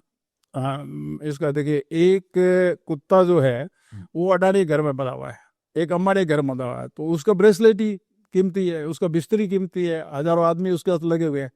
तो जो हाँ, अब सवाल ये आता है कि जैसे मान लो हमने कुत्ते की बात की है, एक नॉर्मल है और एक किसी उसमें है, लेकिन इनकी तो समझ ही नहीं होती, जानवरों की समझ ही नहीं होती, ये कहाँ कौन से पास करे? नहीं, समझ है, निसंदेह समझ है। आप देखिए मधुमक्खी, बैया का घोंसला, यानी कि हम जिस जंगल में रहते हैं, मैं जहाँ रह रहा हूँ, तो हम सुबह से लेकर शाम तक 50 वैरायटी देखते हैं जानवरों की, पशु पक्षियों की। बड़ी समझ है, नाम लेते बुलाते तुरंत आ जाते हैं। यानी कि सब में समझ है, लेकिन उनका लैंग्वेज हम नहीं समझ पाते, उनकी भाषा हम नहीं सुन पाते। जैसे घर में गाय भैंसे होती है, वो तो कोई इस तरीके का कोई पाप वगैरह नहीं करती, उनका तो हाँ बिल्कुल, वो एक गुलामी की तरह उनके जीवन है। अगर हम उसको देखें तो हमने एक चर्चा किया था, इस पृथ्वी पे स्वर्ग और नरक है। तो यहाँ पर आदमी को भोगना भी है और भुगतवाना भी है। तो हो सकता है कि उनकी योनि के द्वारा उनके कर्म किस तरह के वहाँ रहे होंगे, हाँ, तो उनका परिणाम है उनके साथ। क्या मनुष्य योनि में एक बार जन्म लेने के बाद क्या हम पशु योनि में जा सकते हैं? मैं समझता हूँ नहीं। उसके मैं इस तरह से उदाहरण देता हूँ, आम के आम है, गुलाब के गुलाब है। यानी कि कोई भी चीज, आपका जो शरीर है जिससे आया है वो होना चाहिए, उसके अलावा आप परिवर्तन नहीं हो सकते। तो बहुत सारे शास्त्र, मेजोरिटी में अगर हम देखते हैं कि आज लगभग हम लोग 8 अरब के आसपास आदमी हैं, तो 8 अरब आदमी में से 4 अरब आदमी तो ये मानते हैं कि मनुष्य योनि में मनुष्य में रहेगा। बाइबल को मानने वाले, कुरान को मानने वाले, दूसरे मानने वाले जो आधे से ज्यादा जनसंख्या में है, वो सब लोग मानते हैं कोई आदमी के सिवा दूसरा जन्म नहीं है, तो मेजोरिटी में। पर कहने का ये है कि जो जैसा उसका पहले शरीर था उसके द्वारा वैसा ही वो शरीर आएगा। तो आम के आम और गुलाब के गुलाम ही पैदा होंगे, दूसरी जगह नहीं जाएगा। इसलिए आपके जीवन में जो अप डाउन्स आते हैं वो आपके पिछले और अगले हैं। बहुत सारे लोगों को हम जानते हैं, नाम लेके कहने के बजाय बहुत सारे लोग रात में राजा बन जाते हैं, सुबह रंक हो जाते हैं, और सुबह रंक होते हैं, रात में राजा बन जाते हैं। तो कुछ तो कारण है। आत्मा और सूक्ष्म शरीर का क्या रिलेशन है? टूल्स का है आपस में, साधन संसाधन का है। क्योंकि अभी थोड़ी देर पहले हम एक चर्चा कर चुके हैं कि शरीर के बिना आत्मा की कोई पहचान नहीं है, और हम उसके आगे भी कह चुके हैं कि आत्मा के बिना शरीर की कोई औकात नहीं। जैसे हम और आप बातचीत करें, हम एक दूसरे के पूरक हैं, तो वो साधन है आपके कार और आप। तो ऐसा बोलते हैं ना, गीता में भी लिखा है कि आत्मा अजय अमर है। बिल्कुल है। तो क्या हमारा सूक्ष्म शरीर है वो भी इसी पद्धति पे काम करता है? ना, वो कभी बोला? देखिए सूक्ष्म शरीर जो है, बहुत सारी चीजें होती हैं। सूक्ष्म शरीर आपके हमेशा नहीं है, आत्मा हमेशा है। क्योंकि सूक्ष्म शरीर भी अंत में हम जाकर देखते हैं तो वो संस्कार हैं, संस्कार आत्मा के हैं, सूक्ष्म शरीर का अपना नहीं है। प्रकाश सूरज का है, चंद्रमा का नहीं है। तो आत्मा मुख्य है, सूक्ष्म शरीर उसका साधन है। ठीक है। अब जैसे इस जन्म में हमारा शरीर है, हम पैदा हुए, फिर उसके बाद जीवन के हमें सुख दुख भोगे, फिर उसके बाद हमारी मृत्यु होगी, यहीं पे हमारा जीवन खत्म हो गया। सूक्ष्म शरीर का क्या होता है? जो वो एग्जिस्टेंस में आया तो वहां से फिर वो जन्म जन्मांतर से लेके फिर वो मोक्ष की प्राप्ति होगा, क्या इस तरीके? नहीं, सूक्ष्म शरीर का मोक्ष नहीं है। वहां हम देख बात है, इसको समझने की कोशिश करेंगे। सूक्ष्म शरीर एक जैसे मन है, मन को जड़ कह दिया गया, मस्तिष्क को जड़ कह दिया, क्योंकि हमारे पास में तो जो चीजें जड़ है और जिनके द्वारा वो आ रहा है, इनको चेतन करने वाला का ही मोक्ष। मोक्ष नहीं है, पूर्णता है। मोक्ष का हमने पहले एक शब्दों का खंडन किया। मोक्ष का मतलब होता है कोई कैद में है उसको छोड़ना। आप कैद में नहीं है, आप प्रोसेस में है, आप प्रक्रिया में। एक विद्यार्थी जो है वो कैद में नहीं है, विद्यार्थी एक प्रक्रिया में है, पढ़ाई की, डिग्री की, वो प्रक्रिया में। तो आप पृथ्वी के ऊपर बंधन में नहीं है, आप पृथ्वी के ऊपर एक प्रक्रिया से प्रसार हो रहा है, और वो प्रक्रिया है पूर्णता की ओर। तो हमने एक चर्चा किया था, एक कार्य को होने करने के लिए का समय, एक सिद्धांत और एक तरीका, एक साधन अनिवार्य है। तो ठीक आप इस पृथ्वी पर भोग भोगने नहीं आए हैं, वो तो आपके कर्म का परिणाम है, परंतु आप पूर्णता की प्रक्रिया से प्रसार होने के लिए आए हैं। जब आप पूर्ण हो जाएं, क्योंकि नेचर को देखिए, नेचर से बड़ा कोई गुरु नहीं है। नेचर में हर एक चीज विकसित हो रही है, बल्कि ब्रह्मांड भी फैल रहा है, विकसित की ओर जा रहा है। तो जब हर एक चीज विकसित हो रही है और विकास की ओर जा रही है, तो निसंदेह आत्मा उत्तरोत्तर विकास की ओर जा रही है। हम विकास सबको प्रिय है, विकास विकास की बात करते हैं। तो तो मेरा एक सवाल है जी, मतलब मेरा थोड़ा सा सूक्ष्म शरीर हाँ, लेके है कि इस जन्म में आपका एक सूक्ष्म शरीर है, क्या यही पिछले जन्म में भी रहा हो? पूर्णता तक ये सूक्ष्म शरीर आपके साथ रहेगा। आप वही परफेक्शन, क्योंकि सूक्ष्म शरीर संस्कारों का है, ऐसा कोई टूल नहीं है। संस्कार जो आपके हैं, आपके जो कर्म है, उनका बना हुआ सूक्ष्म शरीर है। तो ये सूक्ष्म शरीर आपके परफेक्शन तक, आपकी सिद्धता तक, आपने पहले जो शब्द यूज किया मोक्ष तक, यानी कि आपकी पूर्णता, मोक्ष को मैं पूर्णता कहता हूँ, परफेक्शन कहता हूँ, सिद्धता कहता हूँ, आपकी सिद्धता तक ये सूक्ष्म शरीर आपके साथ रहे, वो आपका लेखा जोखा है। और चाहे उसके लिए हमें 50 जन्म लेने पड़े या 100 जन्म लेने हाँ, कितने भी ले, पूर्णता तक आपको अप डाउन करने पड़ेंगे, जन्म मरण में पड़ना पड़ेगा। ये पूर्णता कैसे पता लगेगी? कौन हाँ, पूर्णता का मैं परफेक्ट हो गया, जीवन है, श्वास बाकी है और इच्छाएं खत्म हो गई। श्वास है, इच्छाएं खत्म हो गई, आप मोक्ष में, यानी पूर्णता की ओर है। श्वास पूरे हो गए, इच्छाएं बाकी है तो अधूरा है। ये आपकी अपनी अनुभूति है, आपकी अपनी फीलिंग है, दूसरा दूसरे के बारे में नहीं बता सकता। कि जब आपकी किसी चीज को लेके कोई इच्छा ही नहीं रही, तो इसका मतलब ये है कि आप पूर्णता ही होना है। लेकिन जो या- बुरे कर्म किए, नहीं, वो आप भुगत रहे हैं। देखिए, इच्छाएं भी आपकी तभी खत्म होंगी जब आपका लेखा जोखा फाइनल हो जाएगा। तब तक इच्छाएं तो खत्म होने की नहीं है। ये जल्दी रहेंगे। हाँ, चलती रहेगी। जब आप पूर्णता की ओर आ गए, आपकी इच्छा ही खत्म होगी, तभी तो पूर्णता आएगी, तभी तो आपकी इच्छा होगी, बस हो गया। तो पूर्ण का मतलब क्या? परफेक्ट, किसी व्यक्ति का, परफेक्शन, मान लो कि सिद्ध। किसी एक व्यक्ति का इस जन्म के अंदर इच्छाएं खत्म हो गई, पुराने जन्मों के जो दुख सुख उसने नहीं, वो खत्म होने के बाद ही होगी। ये एक कंडीशन है यहाँ। इस कंडीशन को हम समझे कि आपके पूर्व जन्म के कर्म समाप्त होने के बाद ही इच्छाएं आपके खत्म होंगे। तो इच्छाएं खत्म हो गई, अब वो मृत्यु, इस जन्म में वो जो हमारा ये बॉडी है, मृत्यु होगी, जला दिया, सूक्ष्म शरीर का क्या होगा? सूक्ष्म शरीर तो मैंने आपको बताया ना, एक साधन है। आप ट्रेन से गए दिल्ली, सुनिए, आप ट्रेन से गए तो ट्रेन को लेके थोड़ी घर में जाएंगे। आप स्टेशन से उतरे, ट्रेन छोड़ दी आपने, यानी ये आपके साधन है। तो ये जड़ है, जैसे ये परिवर्तित चीजें होती रहती है। एनर्जी जो होती है, एनर्जी आपके फॉर्म में भी आ जाएगी और एनर्जी में चलिए पदार्थ में बदल जाएगी, एनर्जी आ जाएगी, पदार्थ, एनर्जी, ये बदलते रहते हैं। तो वो रूपांतरित होती है। नहीं, वो समझ गया मैं, लेकिन अब इसको थोड़ा सा है ना, एक उसमें आते हैं। मेरा जन्म 1500 ईस्वी में हुआ, तो ठीक है, मेरा सूक्ष्म शरीर था, मैंने उसमें कुछ अच्छे कर्म किए, कुछ बुरे कर्म किए, मेरी डेथ हो गई। 1700 ईस्वी में फिर आया, फिर सेम चला, 1900 में भी आया मैं, अब मैं 21वीं सदी में भी आया। यहाँ पे क्या हुआ कि सारा जो मेरा सूक्ष्म शरीर वो चलते हुए आ रहा था, चलते हुए आ रहा था, लेकिन इस समय ऐसा हुआ कि मेरे सारे कर्म कटे, मेरी इच्छाएं खत्म हो गई, अब ये शरीर भी चला जाएगा, सूक्ष्म शरीर का क्या होगा?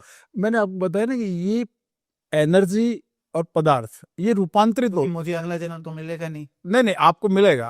आपको देखिए, आपकी आइडेंटिटी खत्म नहीं होगी। मैं आपको अगली बात कहना चाह रहा हूँ। हाँ। उस बात को 2-3 बार मैं दोहरा चुका पहले भी। हाँ। शरीर के बिना आत्मा की क्या औकात? हाँ। नहीं, शरीर, आत्मा के बिना, शरीर के बिना आत्मा की क्या पहचान, और आत्मा के बिना शरीर की क्या औकात? आपको शरीर की जरूरत थी, इसलिए शरीर दिया गया। तो आप जो आत्मा जाएंगे, जिसको हम दिव्य शरीर कहते हैं। अब अगली बात, 1% वन प्लेनेट में हमने यही तो कहने की कोशिश की है, एले का 1% वन प्लेनेट। आपकी पूर्णता के बाद आपको एक नया दिव्य शरीर दिया जाएगा। क्यों दिया जाएगा? ये शरीर थक जाता है, ये ज्यादा खुशी बर्दाश्त, ये मेटलिस्टिक बॉडी है, हाँ, ये आएगी, फिर आपको दिव्य दी जाएगी, और वो दिव्य में ही आप सर्जन करेंगे। तभी तो आप सर्जन, क्या वो दिव्य हमारे धरती पे ही होगा या वो किसी भी लोग में? आपका अपना प्लेनेट है, क्योंकि ये ब्रह्मांड को आप देखें, कितने बिलियंस मिलियंस लाइट ईयर्स तक आप जाएंगे, वो उसके पास स्पेस की कोई कमी नहीं है। हमने एक बड़ा चित्र बनाया हुआ है, पृथ्वी के बाद में सौरमंडल के बाद में गैलेक्सी, न्यारिका, फिर उसके बाद में ब्लैक होल, उसके बाद में, यानी कि ब्रह्मांड का कोई और छोर नहीं। हमें नहीं पता, हमें हमारे पृथ्वी का नहीं पता। तो आपका 1% ऑन प्लेनेट, आप ब्रह्मा है, और आपका ब्रह्मांड होगा, और वहां आप क्रिएशन करेंगे। वह जो क्रिएशन करेंगे वो संकल्प से करेंगे। और मैंने ऐसा क्या किया है कि मैं ब्रह्मा के इक्वल हो गया कि मैं अपना प्लेनेट बना सकता हूँ, मैं क्रिएशन कर सकता हूँ? हाँ, परफेक्शन होने के बाद में आप वो कर पाएंगे, आप वो सामर्थ्य होगी, वो शक्ति होगी दिव्य शरीर में।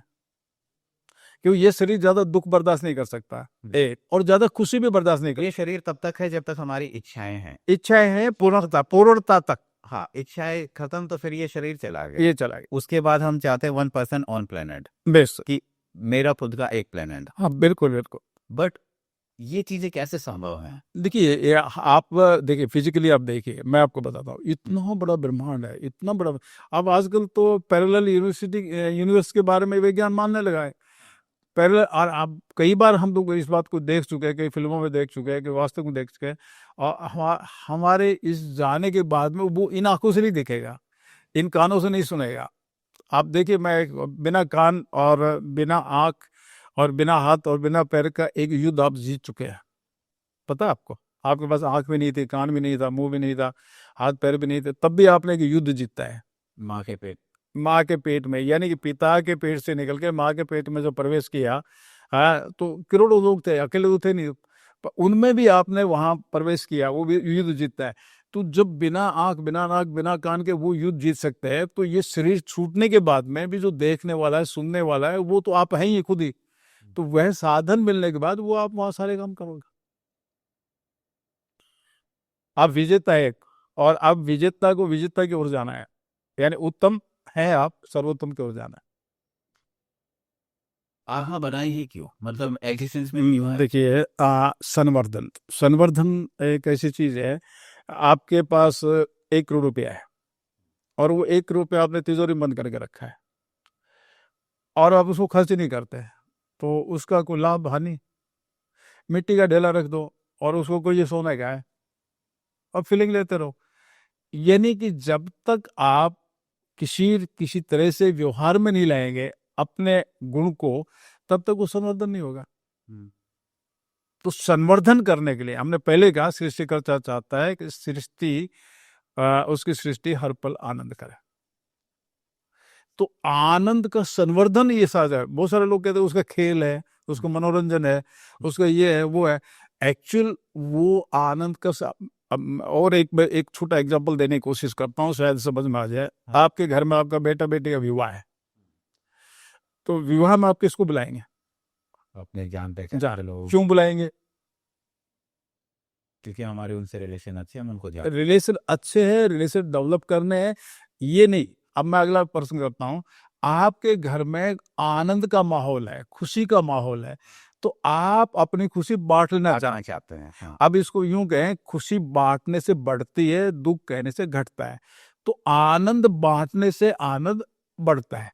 तो रचयिता भी यही चाह रहा है कि सृष्टिकर्ता चाहता है जिंदगी का उत्सव बने और उसमें उसकी सृष्टि हर पल आनंद करे। लेकिन जिस तरीके से कलयुग चल रहा है, इसमें मैक्सिमम लोग तो बुरे में लिप्त है, मतलब बुरे कर्मों। हाँ ठीक। तो क्या आनंद आ रहा होगा सृष्टि के रखिए हो?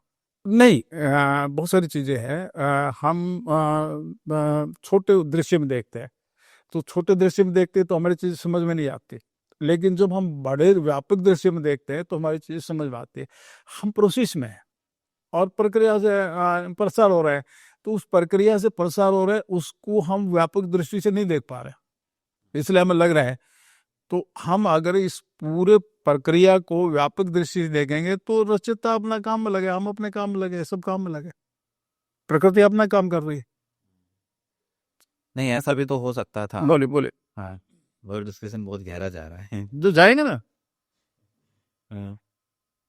जाएंगे, जरूर जाएंगे। अच्छा, जब भी कोई आत्मा आती है धरती पे, क्या वो अपनी जर्नी जीव से स्टार्ट करती है या फिर मनुष्य योनि से स्टार्ट करती हाँ हाँ, बिल्कुल, बहुत अच्छी बात है। बहुत सारे लोग कहते हैं कि इसके पाप कर्म थे, बहुत सारे लोग कहते हैं।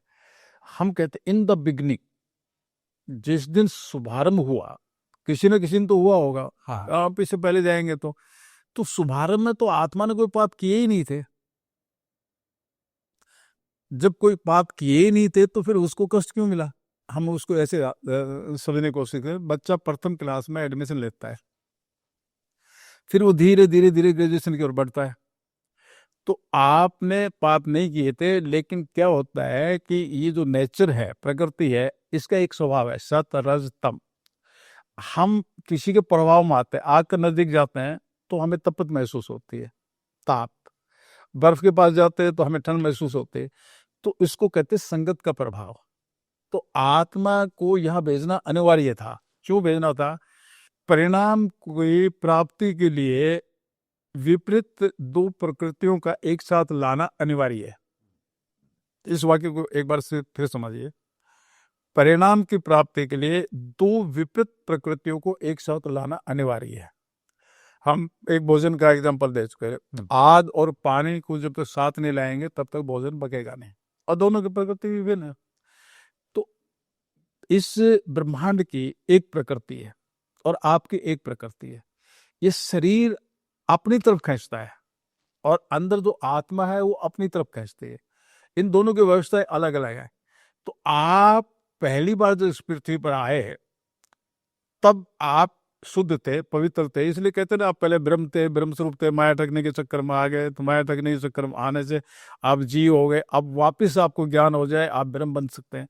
तो हम शुद्ध थे, लेकिन इसके प्रभाव में आ गए, और इसके प्रभाव में आने से हम इसमें रच बस गए। तो इसके प्रभाव से छूटने के लिए तो ये आत्मज्ञान है, और इसके प्रभाव से छूटने के लिए तो सिंपल वर्डिंग में कहूँ तो स्टार्टिंग की जो जर्नी है वो किसी न किसी योनि से स्टार्ट हुई और उसके बाद धीरे धीरे क्रॉस करके हम मनुष्य योनि में आए। ना, इसको हम इस तरह से हम पहले कह चुके हैं कि मनुष्य योनि में पैदा होता है। सारी योनियां अपने अपने हिसाब से तय की गई। सवधज, अच्छा, उद्भज, अंडज, जरायुज और मनुष्य का। तो अगर कोई पक्षी योनि में पैदा हुआ, हाँ, वो निरंतर पक्षी योनि में ही उसकी दुनिया है।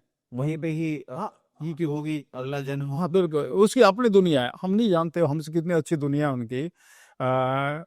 गरुड़ को भगवान अपनी सवारी समझते हैं, सर्प को अपने गले में डाल के रखते हैं। हमें नहीं मालूम है। देखिए, हम किसी के बारे में अनुमान लगा लें, वो अनुमान है। हमारी बात अनुमान संभावित नहीं, अनुभूति में आएगी। तो उनकी दुनिया है, उनकी भाषा है, उनकी लैंग्वेज है, उनका रचयिता, वो जाने, उनका फंक्शन है। लेकिन अब सवाल ये उठता है कि जैसा हमने बोला कि मनुष्य योनि में ही रहेगी, पक्षी पक्षी में। कुछ लोग ऐसे भी तो हैं जो पक्षी से मनुष्य योनि में आते हैं, मनुष्य से पक्षी योनि में। ना, ऐसा नहीं है। यही एक पाखंड है, और मैं ऐसा समझता हूँ यही एक लोगों को थोड़ा सा भयभीत करने, डराने और उनको थोड़ा सा लूटने खसूटने के लिए, आपका धन मुझे लूटना है कि आप सर्प योनि में थे, आप इस योनि में थे, उस योनि में थे, आप ये करो, ये करो। तो ये सिर्फ चालाक जो लोग हैं, वह लोग आपकी जेब खाली करवाने, भोगवादी लोग जिसको हम कह सकते हैं, भोगवादी लोग ही पाखंड पैदा करते हैं। मोक्षवादी आदमी कभी भी पाखंड पैदा नहीं करे। तो वो उनकी दुनिया है, हम नहीं जानते उनके बारे में। मैं कहूँ कि मैं उसके बारे में बहुत कुछ जानता हूँ, या ये ऐसा है वैसा है, हमें नहीं मालूम कि उनकी दुनिया में और उनके किस तरह की चीजें होती है, हम नहीं जानते। हम अपनी नहीं जानते अधिकतर, तो उनकी कैसे जानेंगे? अनुमानित संभावित है।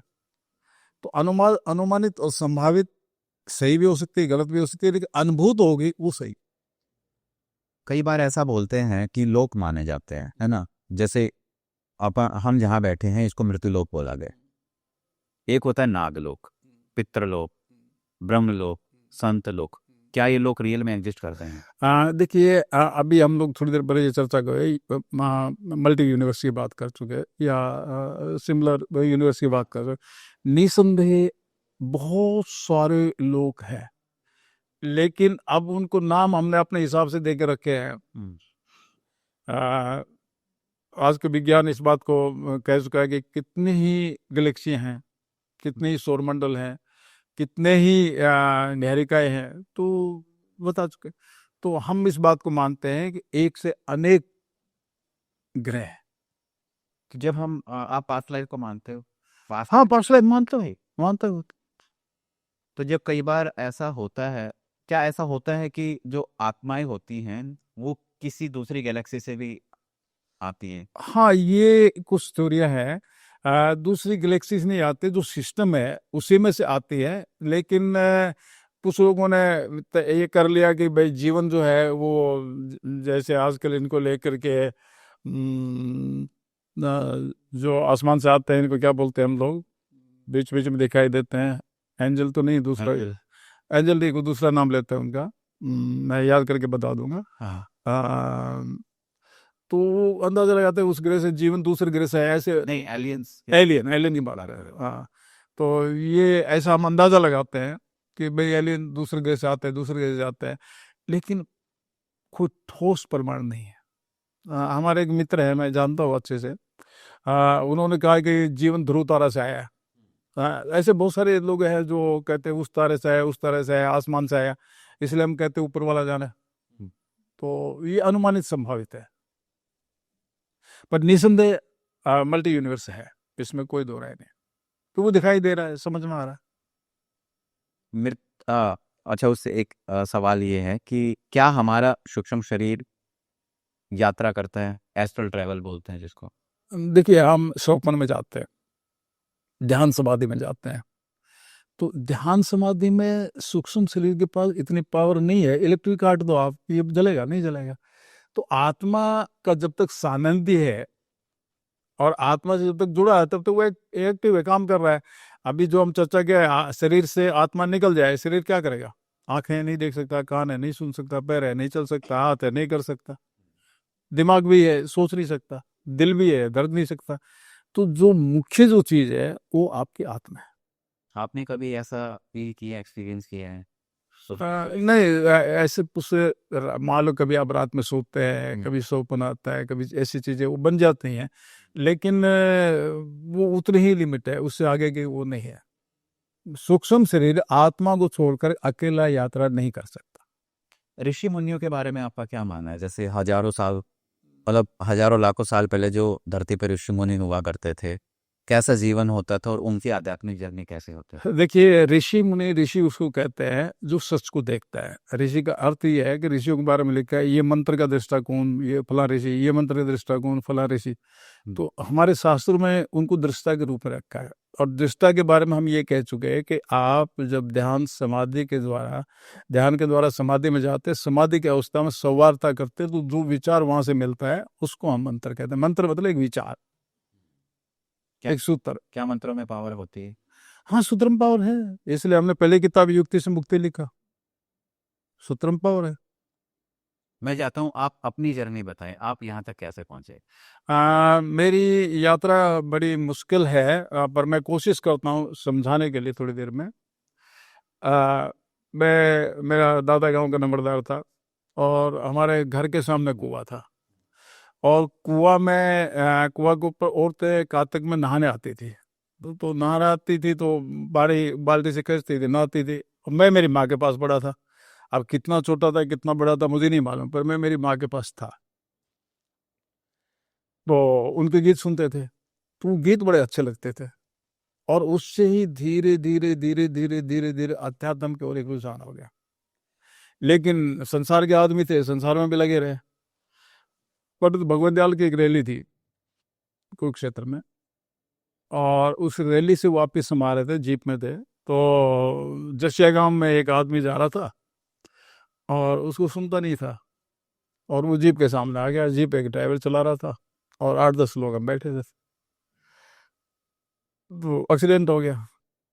एक्सीडेंट होने से हमने सोचा कि भाई इसको चोट लगी है, मेडिकल रोहतक में ले चलते हैं।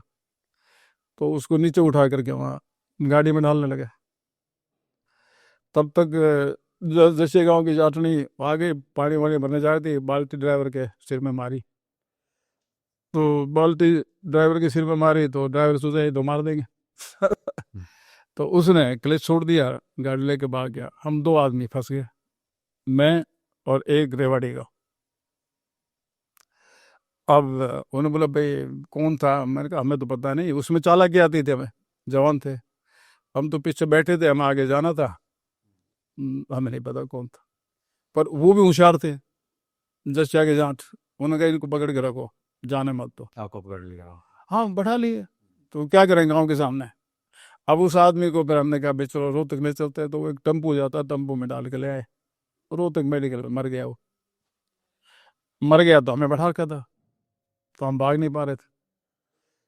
तो उसी बीच में जो हमारे साथी थे उन्होंने हमारे घर कह दिया जाकर, भाई वो तो वहाँ रह गए, पता नहीं क्या हालत है, जिंदा है कि मार दिया गया, हमें नहीं पता।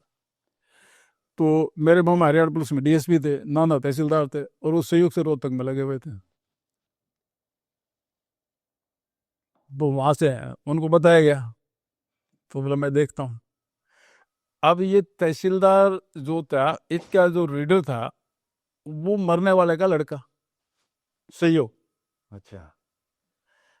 अब वो मरने वाले का लड़का था और पुलिस केस पे दर्ज नहीं कर रही थी, तो इसने तहसीलदार से कहा कि सर ऐसा ऐसा है कि मेरे पिताजी को किसी जीप वाले ने मार दिया, उनकी डेथ हो गई, मेडिकल में है और पुलिस उनकी रिपोर्ट नहीं लिख रही है, तो आप एक काम करिए, पुलिस को बोल दीजिए। तो वो मुंह ज़्यादा लगा हुआ, तो बोले मैं चलता हूँ। तहसीलदार अस्पताल में आ गया। अस्पताल में मुझे बैठा रखा था, एक वो रेवाड़ी का था उसको बैठा रखा था, तो मुझे देखो तू यहाँ क्या कर रहा है, तो उन्होंने कहा ये उसी जीप में थे, तो नाना जी समझ गए, तो बोले यार ये तो गड़बड़ है। तो उसने पता, बोलो ये तो मेरा दोता है। तो क्या बात है, मैंने बता दिया मैं कि हम ऐसे ऐसे आ रहे थे और ड्राइवर ने देखा नहीं, तो उसके पूछा तेरे बाप को सुनता कम था, बोला हाँ सुनता तो नहीं था। उम्र हो गई थी, 7 बेटे बेटे थे उसका, तो फिर वो सिंपैथी हो गई, केस रफा दफा कर दिया। और फिर नाना जी बोले कि मैं छोड़ के आऊँ तो चला जाएगा।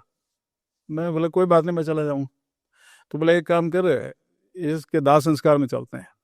तो दिन छिपने वाला था, तो उनके साथ बेटों में एक मास्टर था, तो मास्टर वो थोड़ा लेट आया और वो चिता में घुसने लगा। तो चिता में घुसने लगा तो हम भाई ये क्या हुआ है, तो गांव वालों ने बताया कि पिछली साल इसके लड़के को एक ट्रक वाला मार गया, आज इसके बाप की डेथ होगी रोड एक्सीडेंट में। तो ये थोड़ा सा व्याकुल हो गया। तो हमने कहा प्रभु ये हमारे से क्यों करवाया। हैं? और सिंपैथी हो गई थी, तो मेरे नाना जी को मैंने बोला मैं चला जाऊंगा। तो मेरे पास उस समय 2,500-3,000 रुपये थे और मैं घर नहीं गया, मैं ऋषिकेश चला गया। और ऋषिकेश जाने के बाद में हमने बता दिया भाई ऐसी ऐसी बात है। तो मेरे नाना जी, मेरे मामा जी डीएसपी थे, वो सारे वहाँ पहुँचे। वो बाबा जी बोला जी भाई ये पैसे रहे इसके और ले जाओ इसको। तो वो ले आए वापस। तो एक वैराग्य उस एक्सीडेंट के बाद में घुस गया, और वहां से फिर हम अध्यात्म की ओर। घर वाले मार पीटते रहे, पढ़ाते रहे, लिखाते रहे, काम करवाते रहे, ब्याह शादी कर दी, सारे कुछ हो गया। जब आप ऋषिकेश में गए वो तो काफी मतलब पुरानी बात। हाँ बहुत पुरानी बात है, भगवत दयाल मिनिस्टर थे, तो उससे वो मेरे ख्याल से 70-71 या 72-73 की बात है। हाँ 71-72 हाँ के आसपास। इसके आसपास, तो वो आज की बात नहीं है ना। तो वो कितने दिन रहे आप ऋषिकेश में? मैं करीब 1 महीना रहा। और आप अभी रिसेंटली ऋषिकेश गए? हाँ? अभी हाल फिलहाल में ऋषिकेश में गए हो आप? हाँ मैं गया हूँ। तो पहले उस जमाने का ऋषिकेश और अब नहीं वो तो परिवर्तन तो सब जगह है।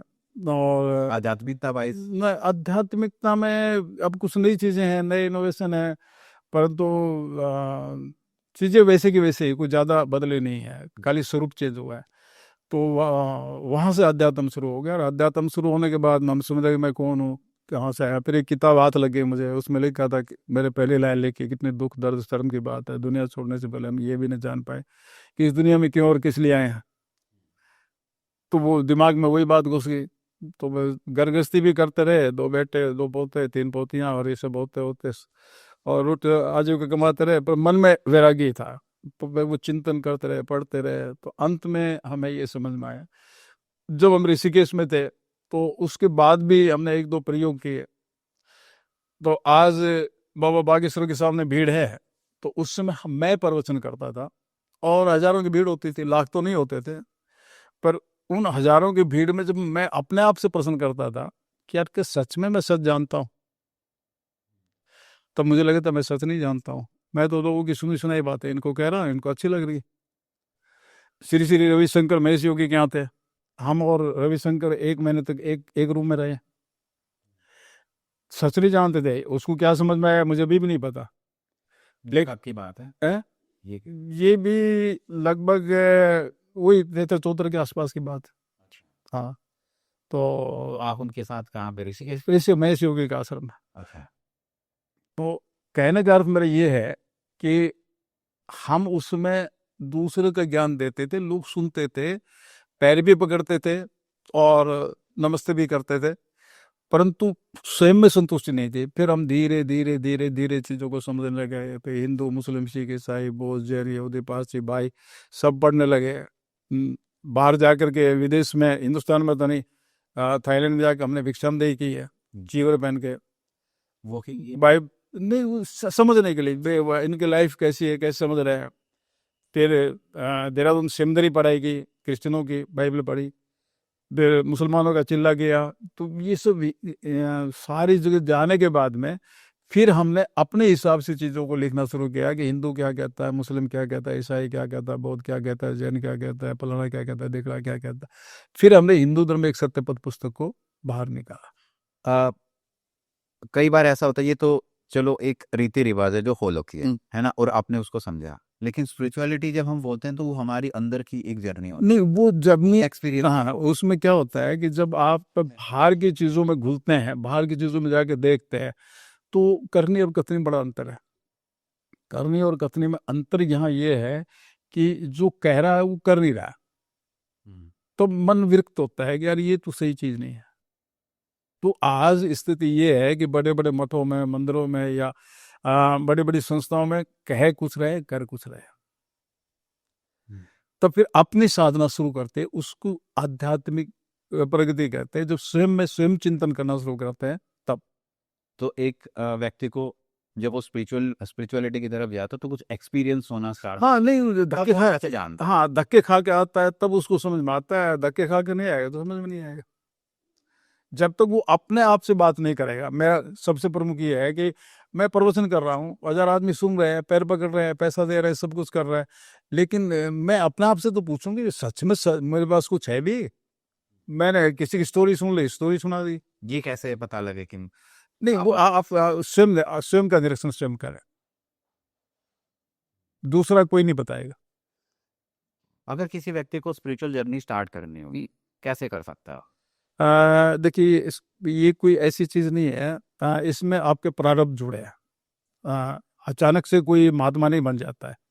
आपके अपने प्रारब्ध, धीरे धीरे प्रारब्ध की मेरिट बनती है तो आप उस साइड में जा पाएंगे, या कोई बड़ी दुर्घटना घटना हो जाए तो जा पाएंगे। और कैसे, मतलब मंदिरों में जाना शुरू कर दे? नहीं, देखिए, मंदिर में जाने में बुराई नहीं है, सत्संग में जाने में कोई बुराई नहीं है, क्योंकि कुछ विद्वान ये कहते हैं जो वो कहते हैं वो तो करो, लेकिन जो करते हैं वो मत करो।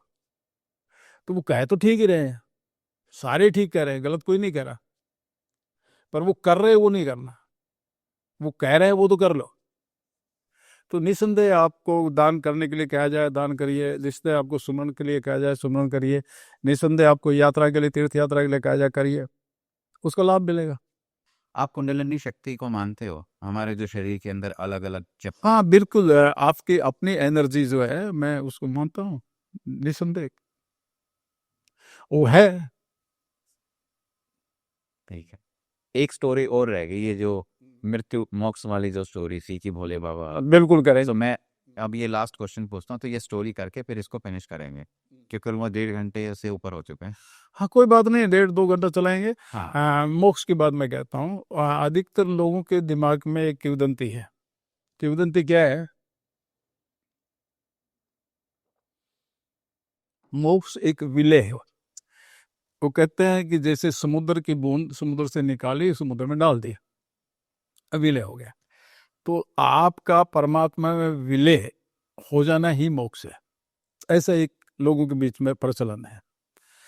अब मुझे ये बताइए कि उस रचयिता ने हमें अलग किया और एक दुख भरे संसार में भेजा, और फिर वो वापस अपने में लाएगा, तो इस व्यापार का क्या फायदा और इस व्यवहार का क्या मीनिंग? अब हम इसको दूसरे ढंग से कहते हैं, आप किसी में विलय नहीं होंगे। आपकी आइडेंटिटी, भगवान श्री कृष्ण ने कहा कि आप आजाद अमर है, आप हमेशा रहेंगे, आपका व्यक्तित्व तो कभी समाप्त नहीं होगा, विकसित होगा। अब हम इसको इसलिए कह सकते हैं कि एक आदमी को मरने का डर लगता था, और जब भी वो किसी के सामने जाए तो उसको बोले यार मैं मरने का डर लगता है, मुझे कोई ऐसा उपाय बताओ मैं अमर हो जाऊं। तो लोगों ने कहा भाई अमरता का रास्ता हमें पता होता तो हम खुद ही अमर हो जाते, हम खुद ही अमर हो जाते ना। तो लेकिन वो बोलता रहा। एक दिन एक आदमी मिल गया, समझता और एक जैसा, वो बोले भाई अमरता का रास्ता मुझे पता है, पर मैं संकल्प में कमजोर हूं, कर तो लेता हूँ लेकिन पूरा नहीं कर पाता। यदि तू संकल्प में मजबूत है तो रास्ता मैं बता दूंगा, तो बता दो। उसने कहा तू एक काम कर, हमारे जो 33 करोड़ देवता है, 33 कोटि देवता है, जिसमें भोले बाबा सबसे शरीफ है और तुरंत वरदान देते हैं। तू एक काम कर, किसी पहाड़ी गुफा में जाकर बैठ जा और ओम नमः शिवाय ओम नमः शिवाय ओम नमः शिवाय चालू कर दे। तो ठीक है, और भोले बाबा निसंदेह प्रकट होंगे। अब उसने ये कह दिया, तो इसने कहा यार मैं किसी गुफा में तो बैठ जाऊं, पर उस पे तो जंगल में कोई शेर वेर आ गया खा ही जाएगा मुझे, तो तू पेड़ पे चढ़ जाना। तो उसने उस समय की कहानी थी, तो उसने कहा कि शेर को तो पेड़ पे चढ़ना आता नहीं, अभी तो हम देखते चढ़ जाते हैं, पर वो कहानी है। तो उसने कहा कि तू पेड़ पे चढ़ जाना। बोले ठीक है, शेर आए तो पेड़ पे चढ़ जाऊंगा, लेकिन भालू आया तो वो तो चढ़ जाता है। तो बोले भाई मैंने तुझे उपाय बताया है, तो उपाय बताने वालों को भी कई मुसीबत पड़ती है। तो उसने कहा एक काम कर, तेरे घर परिवार से कैसे बनती है? बोले घर परिवार से ठीक बनती है, बच्चे हैं। बोले बच्चे एक बात से दुखी हैं, मैं इधर उधर पूछता हूँ लोगों से, तो घर वाले लोग बोलते तेरा बाप फिरता है इधर उधर, तो वो उनको अच्छा नहीं लगता। तो बोले बात बन गई, तू अपने घर जा और बच्चों से कहे कि मैं इस कोठड़ी में पढ़ा हूँ और मुझे 2 टाइम रोटी दे दिया करो। तू अंदर से बंद करके पड़ा रहे वहाँ, ओम नमः शिवाय ओम नमः शिवाय चालू कर दे। बोला हाँ ये ठीक है। अब वो कोठड़ी में आके बैठ गया, कोठड़ी में आके बैठ गया, ओम नमः शिवाय चालू कर दे, बोले बाबा प्रकट हो गया समय को। बच्चा क्या चाहिए? बाबा मुझे लगता है मरने से डर, और मुझे अमरता का दे दो वर। बोले बाबा ने तथास्तु कह दिया, और बोला जब तक सूर्य चांद पृथ्वी है, तब तक तू जिएगा। बोले बाबा सच? बोले बिल्कुल सच। और भोले बाबा अंतर ध्यान। अब किसी आदमी की मन की मुराद पूरी हो जाए, वो चुप थोड़ी बैठेगा, वो तो पड़ोसियों को बताएगा। पर भोले बाबा ने एक शर्त रख दी थी, इस कोठड़ी में जब तक रहेगा तब तक जीवित रहेगा, कोठड़ी से बाहर गया तो मर जाएगा। बोले बोले बाबा कोठड़ी में मजा आ रहा है मुझे, 2 टाइम रोटी मिलते है, पढ़ा हूँ, मुझे तो मरने का ही डर लगता है, कोठड़ी में तो मुझे ठीक लग रहा है। लेकिन जब वो अंतर ध्यान हो गया तो उसको ध्यान आया यार मैं तो अमर हो गया, चलो बताता हूँ किसी को। तो जैसी कोठड़ी के बाहर कदम रखा, आकाशवाणी हो गई, बच्चा बाहर गया तो मर जाएगा। अब बड़ा परेशान, अब बड़ा परेशान के कारण हम ये कहते हैं कि कभी कभी मन की मुराद पूरी करते हैं। मैं मर्सिडीज की बात कर रहा था, दिवाली के दिन मर्सिडीज ले आया, हम अंदर पूजा कर रहे हैं, बाहर बच्चे मर्सिडीज का लोगो छेड़ रहे हैं, खिड़की छेड़ रहे हैं, गाड़ी छेड़ रहे हैं। तो हमारी दिवाली, यानी 1 सेकंड पहले मर्सिडीज आई, दूसरी ही सेकंड में हमारी दिवाली गायब। तो यानी कि जैसी खुशी आती है वैसे ही कोई ना कोई प्रॉब्लम खड़ी हो जाता है। अब भोले बाबा ने इसकी मुराद पूरी की, और मुराद पूरी होने के बाद ये बाहर बताने निकला तो बेटा मर जाएगा। ये परेशानी, क्या करूं क्या करूं क्या करूं, मैं सूरज चांद पृथ्वी है तब तक जीऊँ, इस कोठरी में पड़ा रहूं तो मेरा जीने का क्या फायदा। सोचता रहा, फिर उसको आया भोले बाबा को फिर बुलाता हूँ, फिर बैठ गया, ओम नमः शिवाय ओम नमः शिवाय ओम नमः शिवाय। भोले बाबा फिर आगे, और इस बार समझदार हो गए, बैठ गए कुर्सी पे। बोले भगत अब क्या प्रॉब्लम है? बोले भोले बाबा जब तक सूरज चांद पृथ्वी रहे तो मैं जीऊंगा। बोले हाँ बिल्कुल जिएगा। तो बाबा मैं तो कोठरी में पड़ा हूँ, और इस कोठरी में पड़ा हूँ तो मेरे जीने का क्या फायदा? तो भोले बाबा ने कहा तू क्या चाहिए? बोले महाराज यहाँ मोक्ष चाहिए, यानी कि मैं तो यहाँ कैद हो गया, इससे मुझे मुक्ति चाहिए। तो भोले बाबा ने कहा कि मुक्ति की तेरी क्या परिभाषा है? स्वतंत्रता। तो बोले जी मेरी स्वतंत्रता की ये परिभाषा है कि मैं अपनी मर्जी से काम करूं। क्योंकि वो किसी मिल में काम करता था, और उसकी ड्यूटी सुबह 4 बजे होती थी, 4 बजे ठंड लगती थी और नींद आती थी। तो सोचता था यार लोग 11 बजे जाते हैं और 5 बजे वापस आते हैं, मैं भी 11 बजे जाऊँ 5 बजे वापस आऊँ। तो बोले भाई मेरी तो समझ में नहीं आया, हमारे यहाँ तो ऐसी कोई शिफ्ट है नहीं ऊपर स्वर्ग में, समझने के लिए कहा ना। अब उसने कहा, तो बोले बाबा मैं अपनी मर्जी से काम करूं, और मेरे काम में कोई नुक्ताचीनी नहीं निकाले, नुक्ताचीनी ये क्यों कर दिया, वो क्यों कर दिया, ये कर दिया, वो कर दिया फाइनल। अब भोले बाबा बैठे बैठे सोच रहे थे ये आदमी फंसा देगा। पिछली बार तो मैंने विष्णु से बड़ी मुश्किल से सेटिंग करी, भाई मेरी गलती से हो गया या उतावलेपन में हो गया, तो तो बोला भगत वो सामने एक आदमी बैठा है, दिख रहा है? बोला हाँ दिख रहा है। नंगा बैठा है? बोला हाँ। और जब से मैं आया तो उससे मैं देख रहा हूँ गंदे नाले में पत्थर फेंक रहा है। अब ये सारे काम अपनी मर्जी से कर रहा है, कपड़े पहने तो इसकी मर्जी, ना पहने तो इसकी मर्जी, और ये पत्थर फेंक रहा है, किसी ने डिस्टर्ब नहीं किया। ऐसी आज़ादी चाहिए, ऐसी स्वतंत्रता चाहिए। बोले बाबा ये तो पागल है, इसकी कोई सुनता नहीं है। मैं बाहर निकले तो कोई मेरी सुने। तो बोले बाबा ने कहा भाई तू भगत डिसाइड कर पहले तुझे चाहिए क्या, तेरी कोई क्यों सुनेगा? अधिकारी की सुनते हैं, दूसरे कोई नहीं सुनता। तो बोले बाबा ये अगर अधिकारी की सुनते तो अधिकार भी चाहिए मुझे, पर तुम्हें डिसाइड कर ले। अमरता चाहिए? बोला हाँ। स्वतंत्रता चाहिए? बोला हाँ। अधिकार चाहिए? बोला हाँ। तो बोले बाबा ने कहा चल यार जो होगा सो देखा जाएगा, मैं मैनेज करूंगा। सारे अधिकार दिए। बोल क्या क्या अधिकार दिए? बोल सारे अधिकार दे दिए। पृथ्वी पर भूगोल में कुछ भी परिवर्तन कर सकता है, राज में कर सकता है। बिहार में किसी को उल्ट पुलट कर दे, जीत गए तो जीत गए, जो तू कहेगा वो मुख्यमंत्री। प्रधानमंत्री बदल सकता है। चाइना से खतरा होता है तो हिंदुस्तान वाले को चाइना, चाइना वाले को जापान, जापान वाले को रसिया, रसिया वाले को अमेरिका, कुछ भी का। बोले बाबा सच कर मजाक कर रहे? बोले हाँ तू पॉलिटिक्स में कुछ भी परिवर्तन कर, भूगोल में कुछ भी परिवर्तन कर। हिंद महासागर को कहे साइबेरिया, साइबेरिया को कहे हिंद महासागर। बोले सच में बाबा? बोला हाँ बिल्कुल सच में। तो बोले बाबा यहाँ क्या शर्त है? तो यहाँ कोई शर्त नहीं, यहाँ तो और छूट है तुझे। तू किसी भी बैंक से कितना भी पैसा लिया, रिकवरी वन तेरे घर नहीं आएगी। बोले सच में बाबा? बोला हाँ बिल्कुल, सारे अधिकार तेरे पास। फिर भी बाबा यहाँ कोई शर्त तो होगी। शर्त कुछ नहीं है, तू रसगुल्ला खाएगा, टेस्ट नहीं आएगा, डल्लब के गद्दे पर सोएगा, नींद नहीं आएगी। अब भगत बढ़ गया। बोले बाबा जब तक सूरज चांद है पृथ्वी है तो मैं जीऊंगा? बोला हाँ। स्वतंत्रता कहीं भी आओ जाओ, कोई रोक टोक नहीं? बोला हाँ। अधिकार सारे मेरे पास? बोला हाँ। जब बाबा ये सारी चीज मेरे पास है, मुझे ही टेस्ट ना आए, मुझे ही आनंद ना आए, तो मेरे ही किस काम के? अब ये समस्त बाबू के लिए मैं प्रश्न छोड़ता हूँ कि आपको अमरता, जब तक सूरज चांद पृथ्वी तब तक जिए। स्वतंत्रता कहीं भी घूमे फिरे, कोई रोक टोक नहीं, कितना भी बैंक से पैसा ले, रिकवरी वैन भी नहीं, और अधिकार सारे। और ये तीनों चीज आपको दे दी और आपको आनंद ना आए, तो ये तीन चीज चाहिए आपको नहीं। अब आपको ये अगली बात कह दी जाए कि आनंद भी आपको आए, अमरता भी, स्वतंत्रता भी, अधिकार भी, आनंद भी, फिर क्या चाहिए? कुछ नहीं चाहिए। यही मोक्ष है। वास्तविकता में मोक्ष किसी विलय होना नहीं है। मोक्ष का मतलब है कि आपकी चारों स्थिति एक साथ मौजूद हो और वह आपके 1% ऑन प्लेनेट में फुलफिल करती है। जी। अच्छा जाते जाते मैं ये पूछना चाहूंगा कि आपने इसमें लिखा है बताएं सच बांटे खुशियां, लेकिन ऐसा बोला जाता है कि सच तो कड़वा होता है। जी बिल्कुल ठीक है।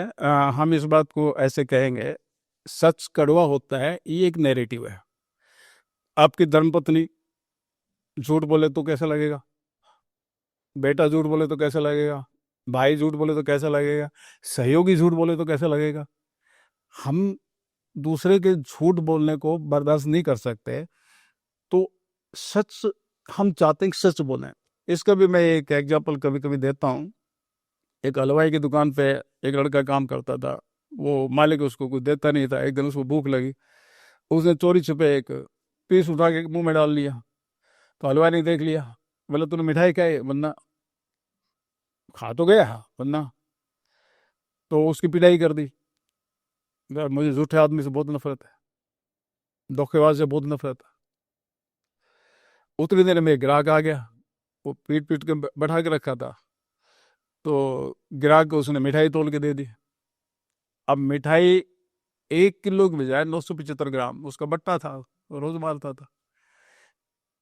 ग्राहक ने पूछा 1 किलो है? बोला हाँ 1 किलो है। अब वो चला गया। अब लड़के ने पूछा सेठ तू रोज झूठ बोल के देता है, तो वो तो झूठ कर रहा है, तो झूठ जो है वह कड़वी है, इसमें कोई दो राय नहीं। सच हमेशा सुखदायी है, लेकिन सच संपूर्ण सच हो, टोटल ट्रुथ हो, कहते हैं आधा सच झूठ से भी अधिक खतरनाक है। यदि कोई आधे सच को ही पूरा सच मान ले तो परिणाम बड़े विचित्र आते हैं। तो सच जानना जरूरी है। सच बताएंगे तभी खुशियां बटेंगी, लेकिन आधा सच बताएंगे तो लोगों को मुसीबत में डालेंगे। हम अपने आप को भी आधा सच बता रहे हैं। अंतिम में एक बात मैं कह देता हूँ, दिल जा रहा है हाथ से, हाथ आ रहा है क्या? समझा क्या आ रहा है दिल को, समझ में आ रहा है क्या? हम कुछ भी समझा लेते हैं अपने आप को, लेकिन सच में सच समझ में आएगा तभी खुशी आपके जीवन में लोगों को जीवन कैसा जीना चाहिए, आए। मतलब क्या संदेश देना? देखिए, लोगों को जीवन के, हमारे पास कई आदर्श आदर्श हैं, एक आदर्श नहीं है। भगवान राम का हम मर्यादा का जीवन मानते हैं, ऐसे भगवान श्री कृष्ण का रूपांतर हम देखते हैं। तो मैंने तो एक किताब भी लिखी है भगवान श्री कृष्ण पर, सृष्टि के आरंभ और आराध्य के नाम से, आपको दी भी है। तो हमारे पास आदर्श बहुत है। हम आज के ज़माने में यूथ है वो हीरो के पीछे भागती है फिल्मों के, यानी कि वो उनको एक आइडल समझते हैं। तो हमारे पास जो आइडल हैं, अगर उन आइडल के हिसाब से, उन आदर्श के हिसाब से हम जीवन जिएंगे तो हमारा जीवन सार्थक है। और इन नकली लोगों के जीवन को देख के जीवन जिएंगे तो हम निरर्थक, यानी व्यर्थ हमारा जीवन जाएगा। तो सार्थक जीवन जीने के लिए भारतीय संस्कृति में अनेकों अनेकों आदर्श हैं, उनका हम पालन करें। चलिए इस पॉडकास्ट को फिर यहीं एंड करते हैं। उम्मीद है दोस्तों आपको ये जानकारी अच्छी लगी होगी। अगर आपके कोई भी सवाल या सुझाव हैं तो आप हमें कमेंट्स में बताइएगा। तब तक बने रहिए हमारे साथ। धन्यवाद। जी, बहुत बहुत धन्यवाद। आपके स्टूडियो में आकर के अच्छा लगा।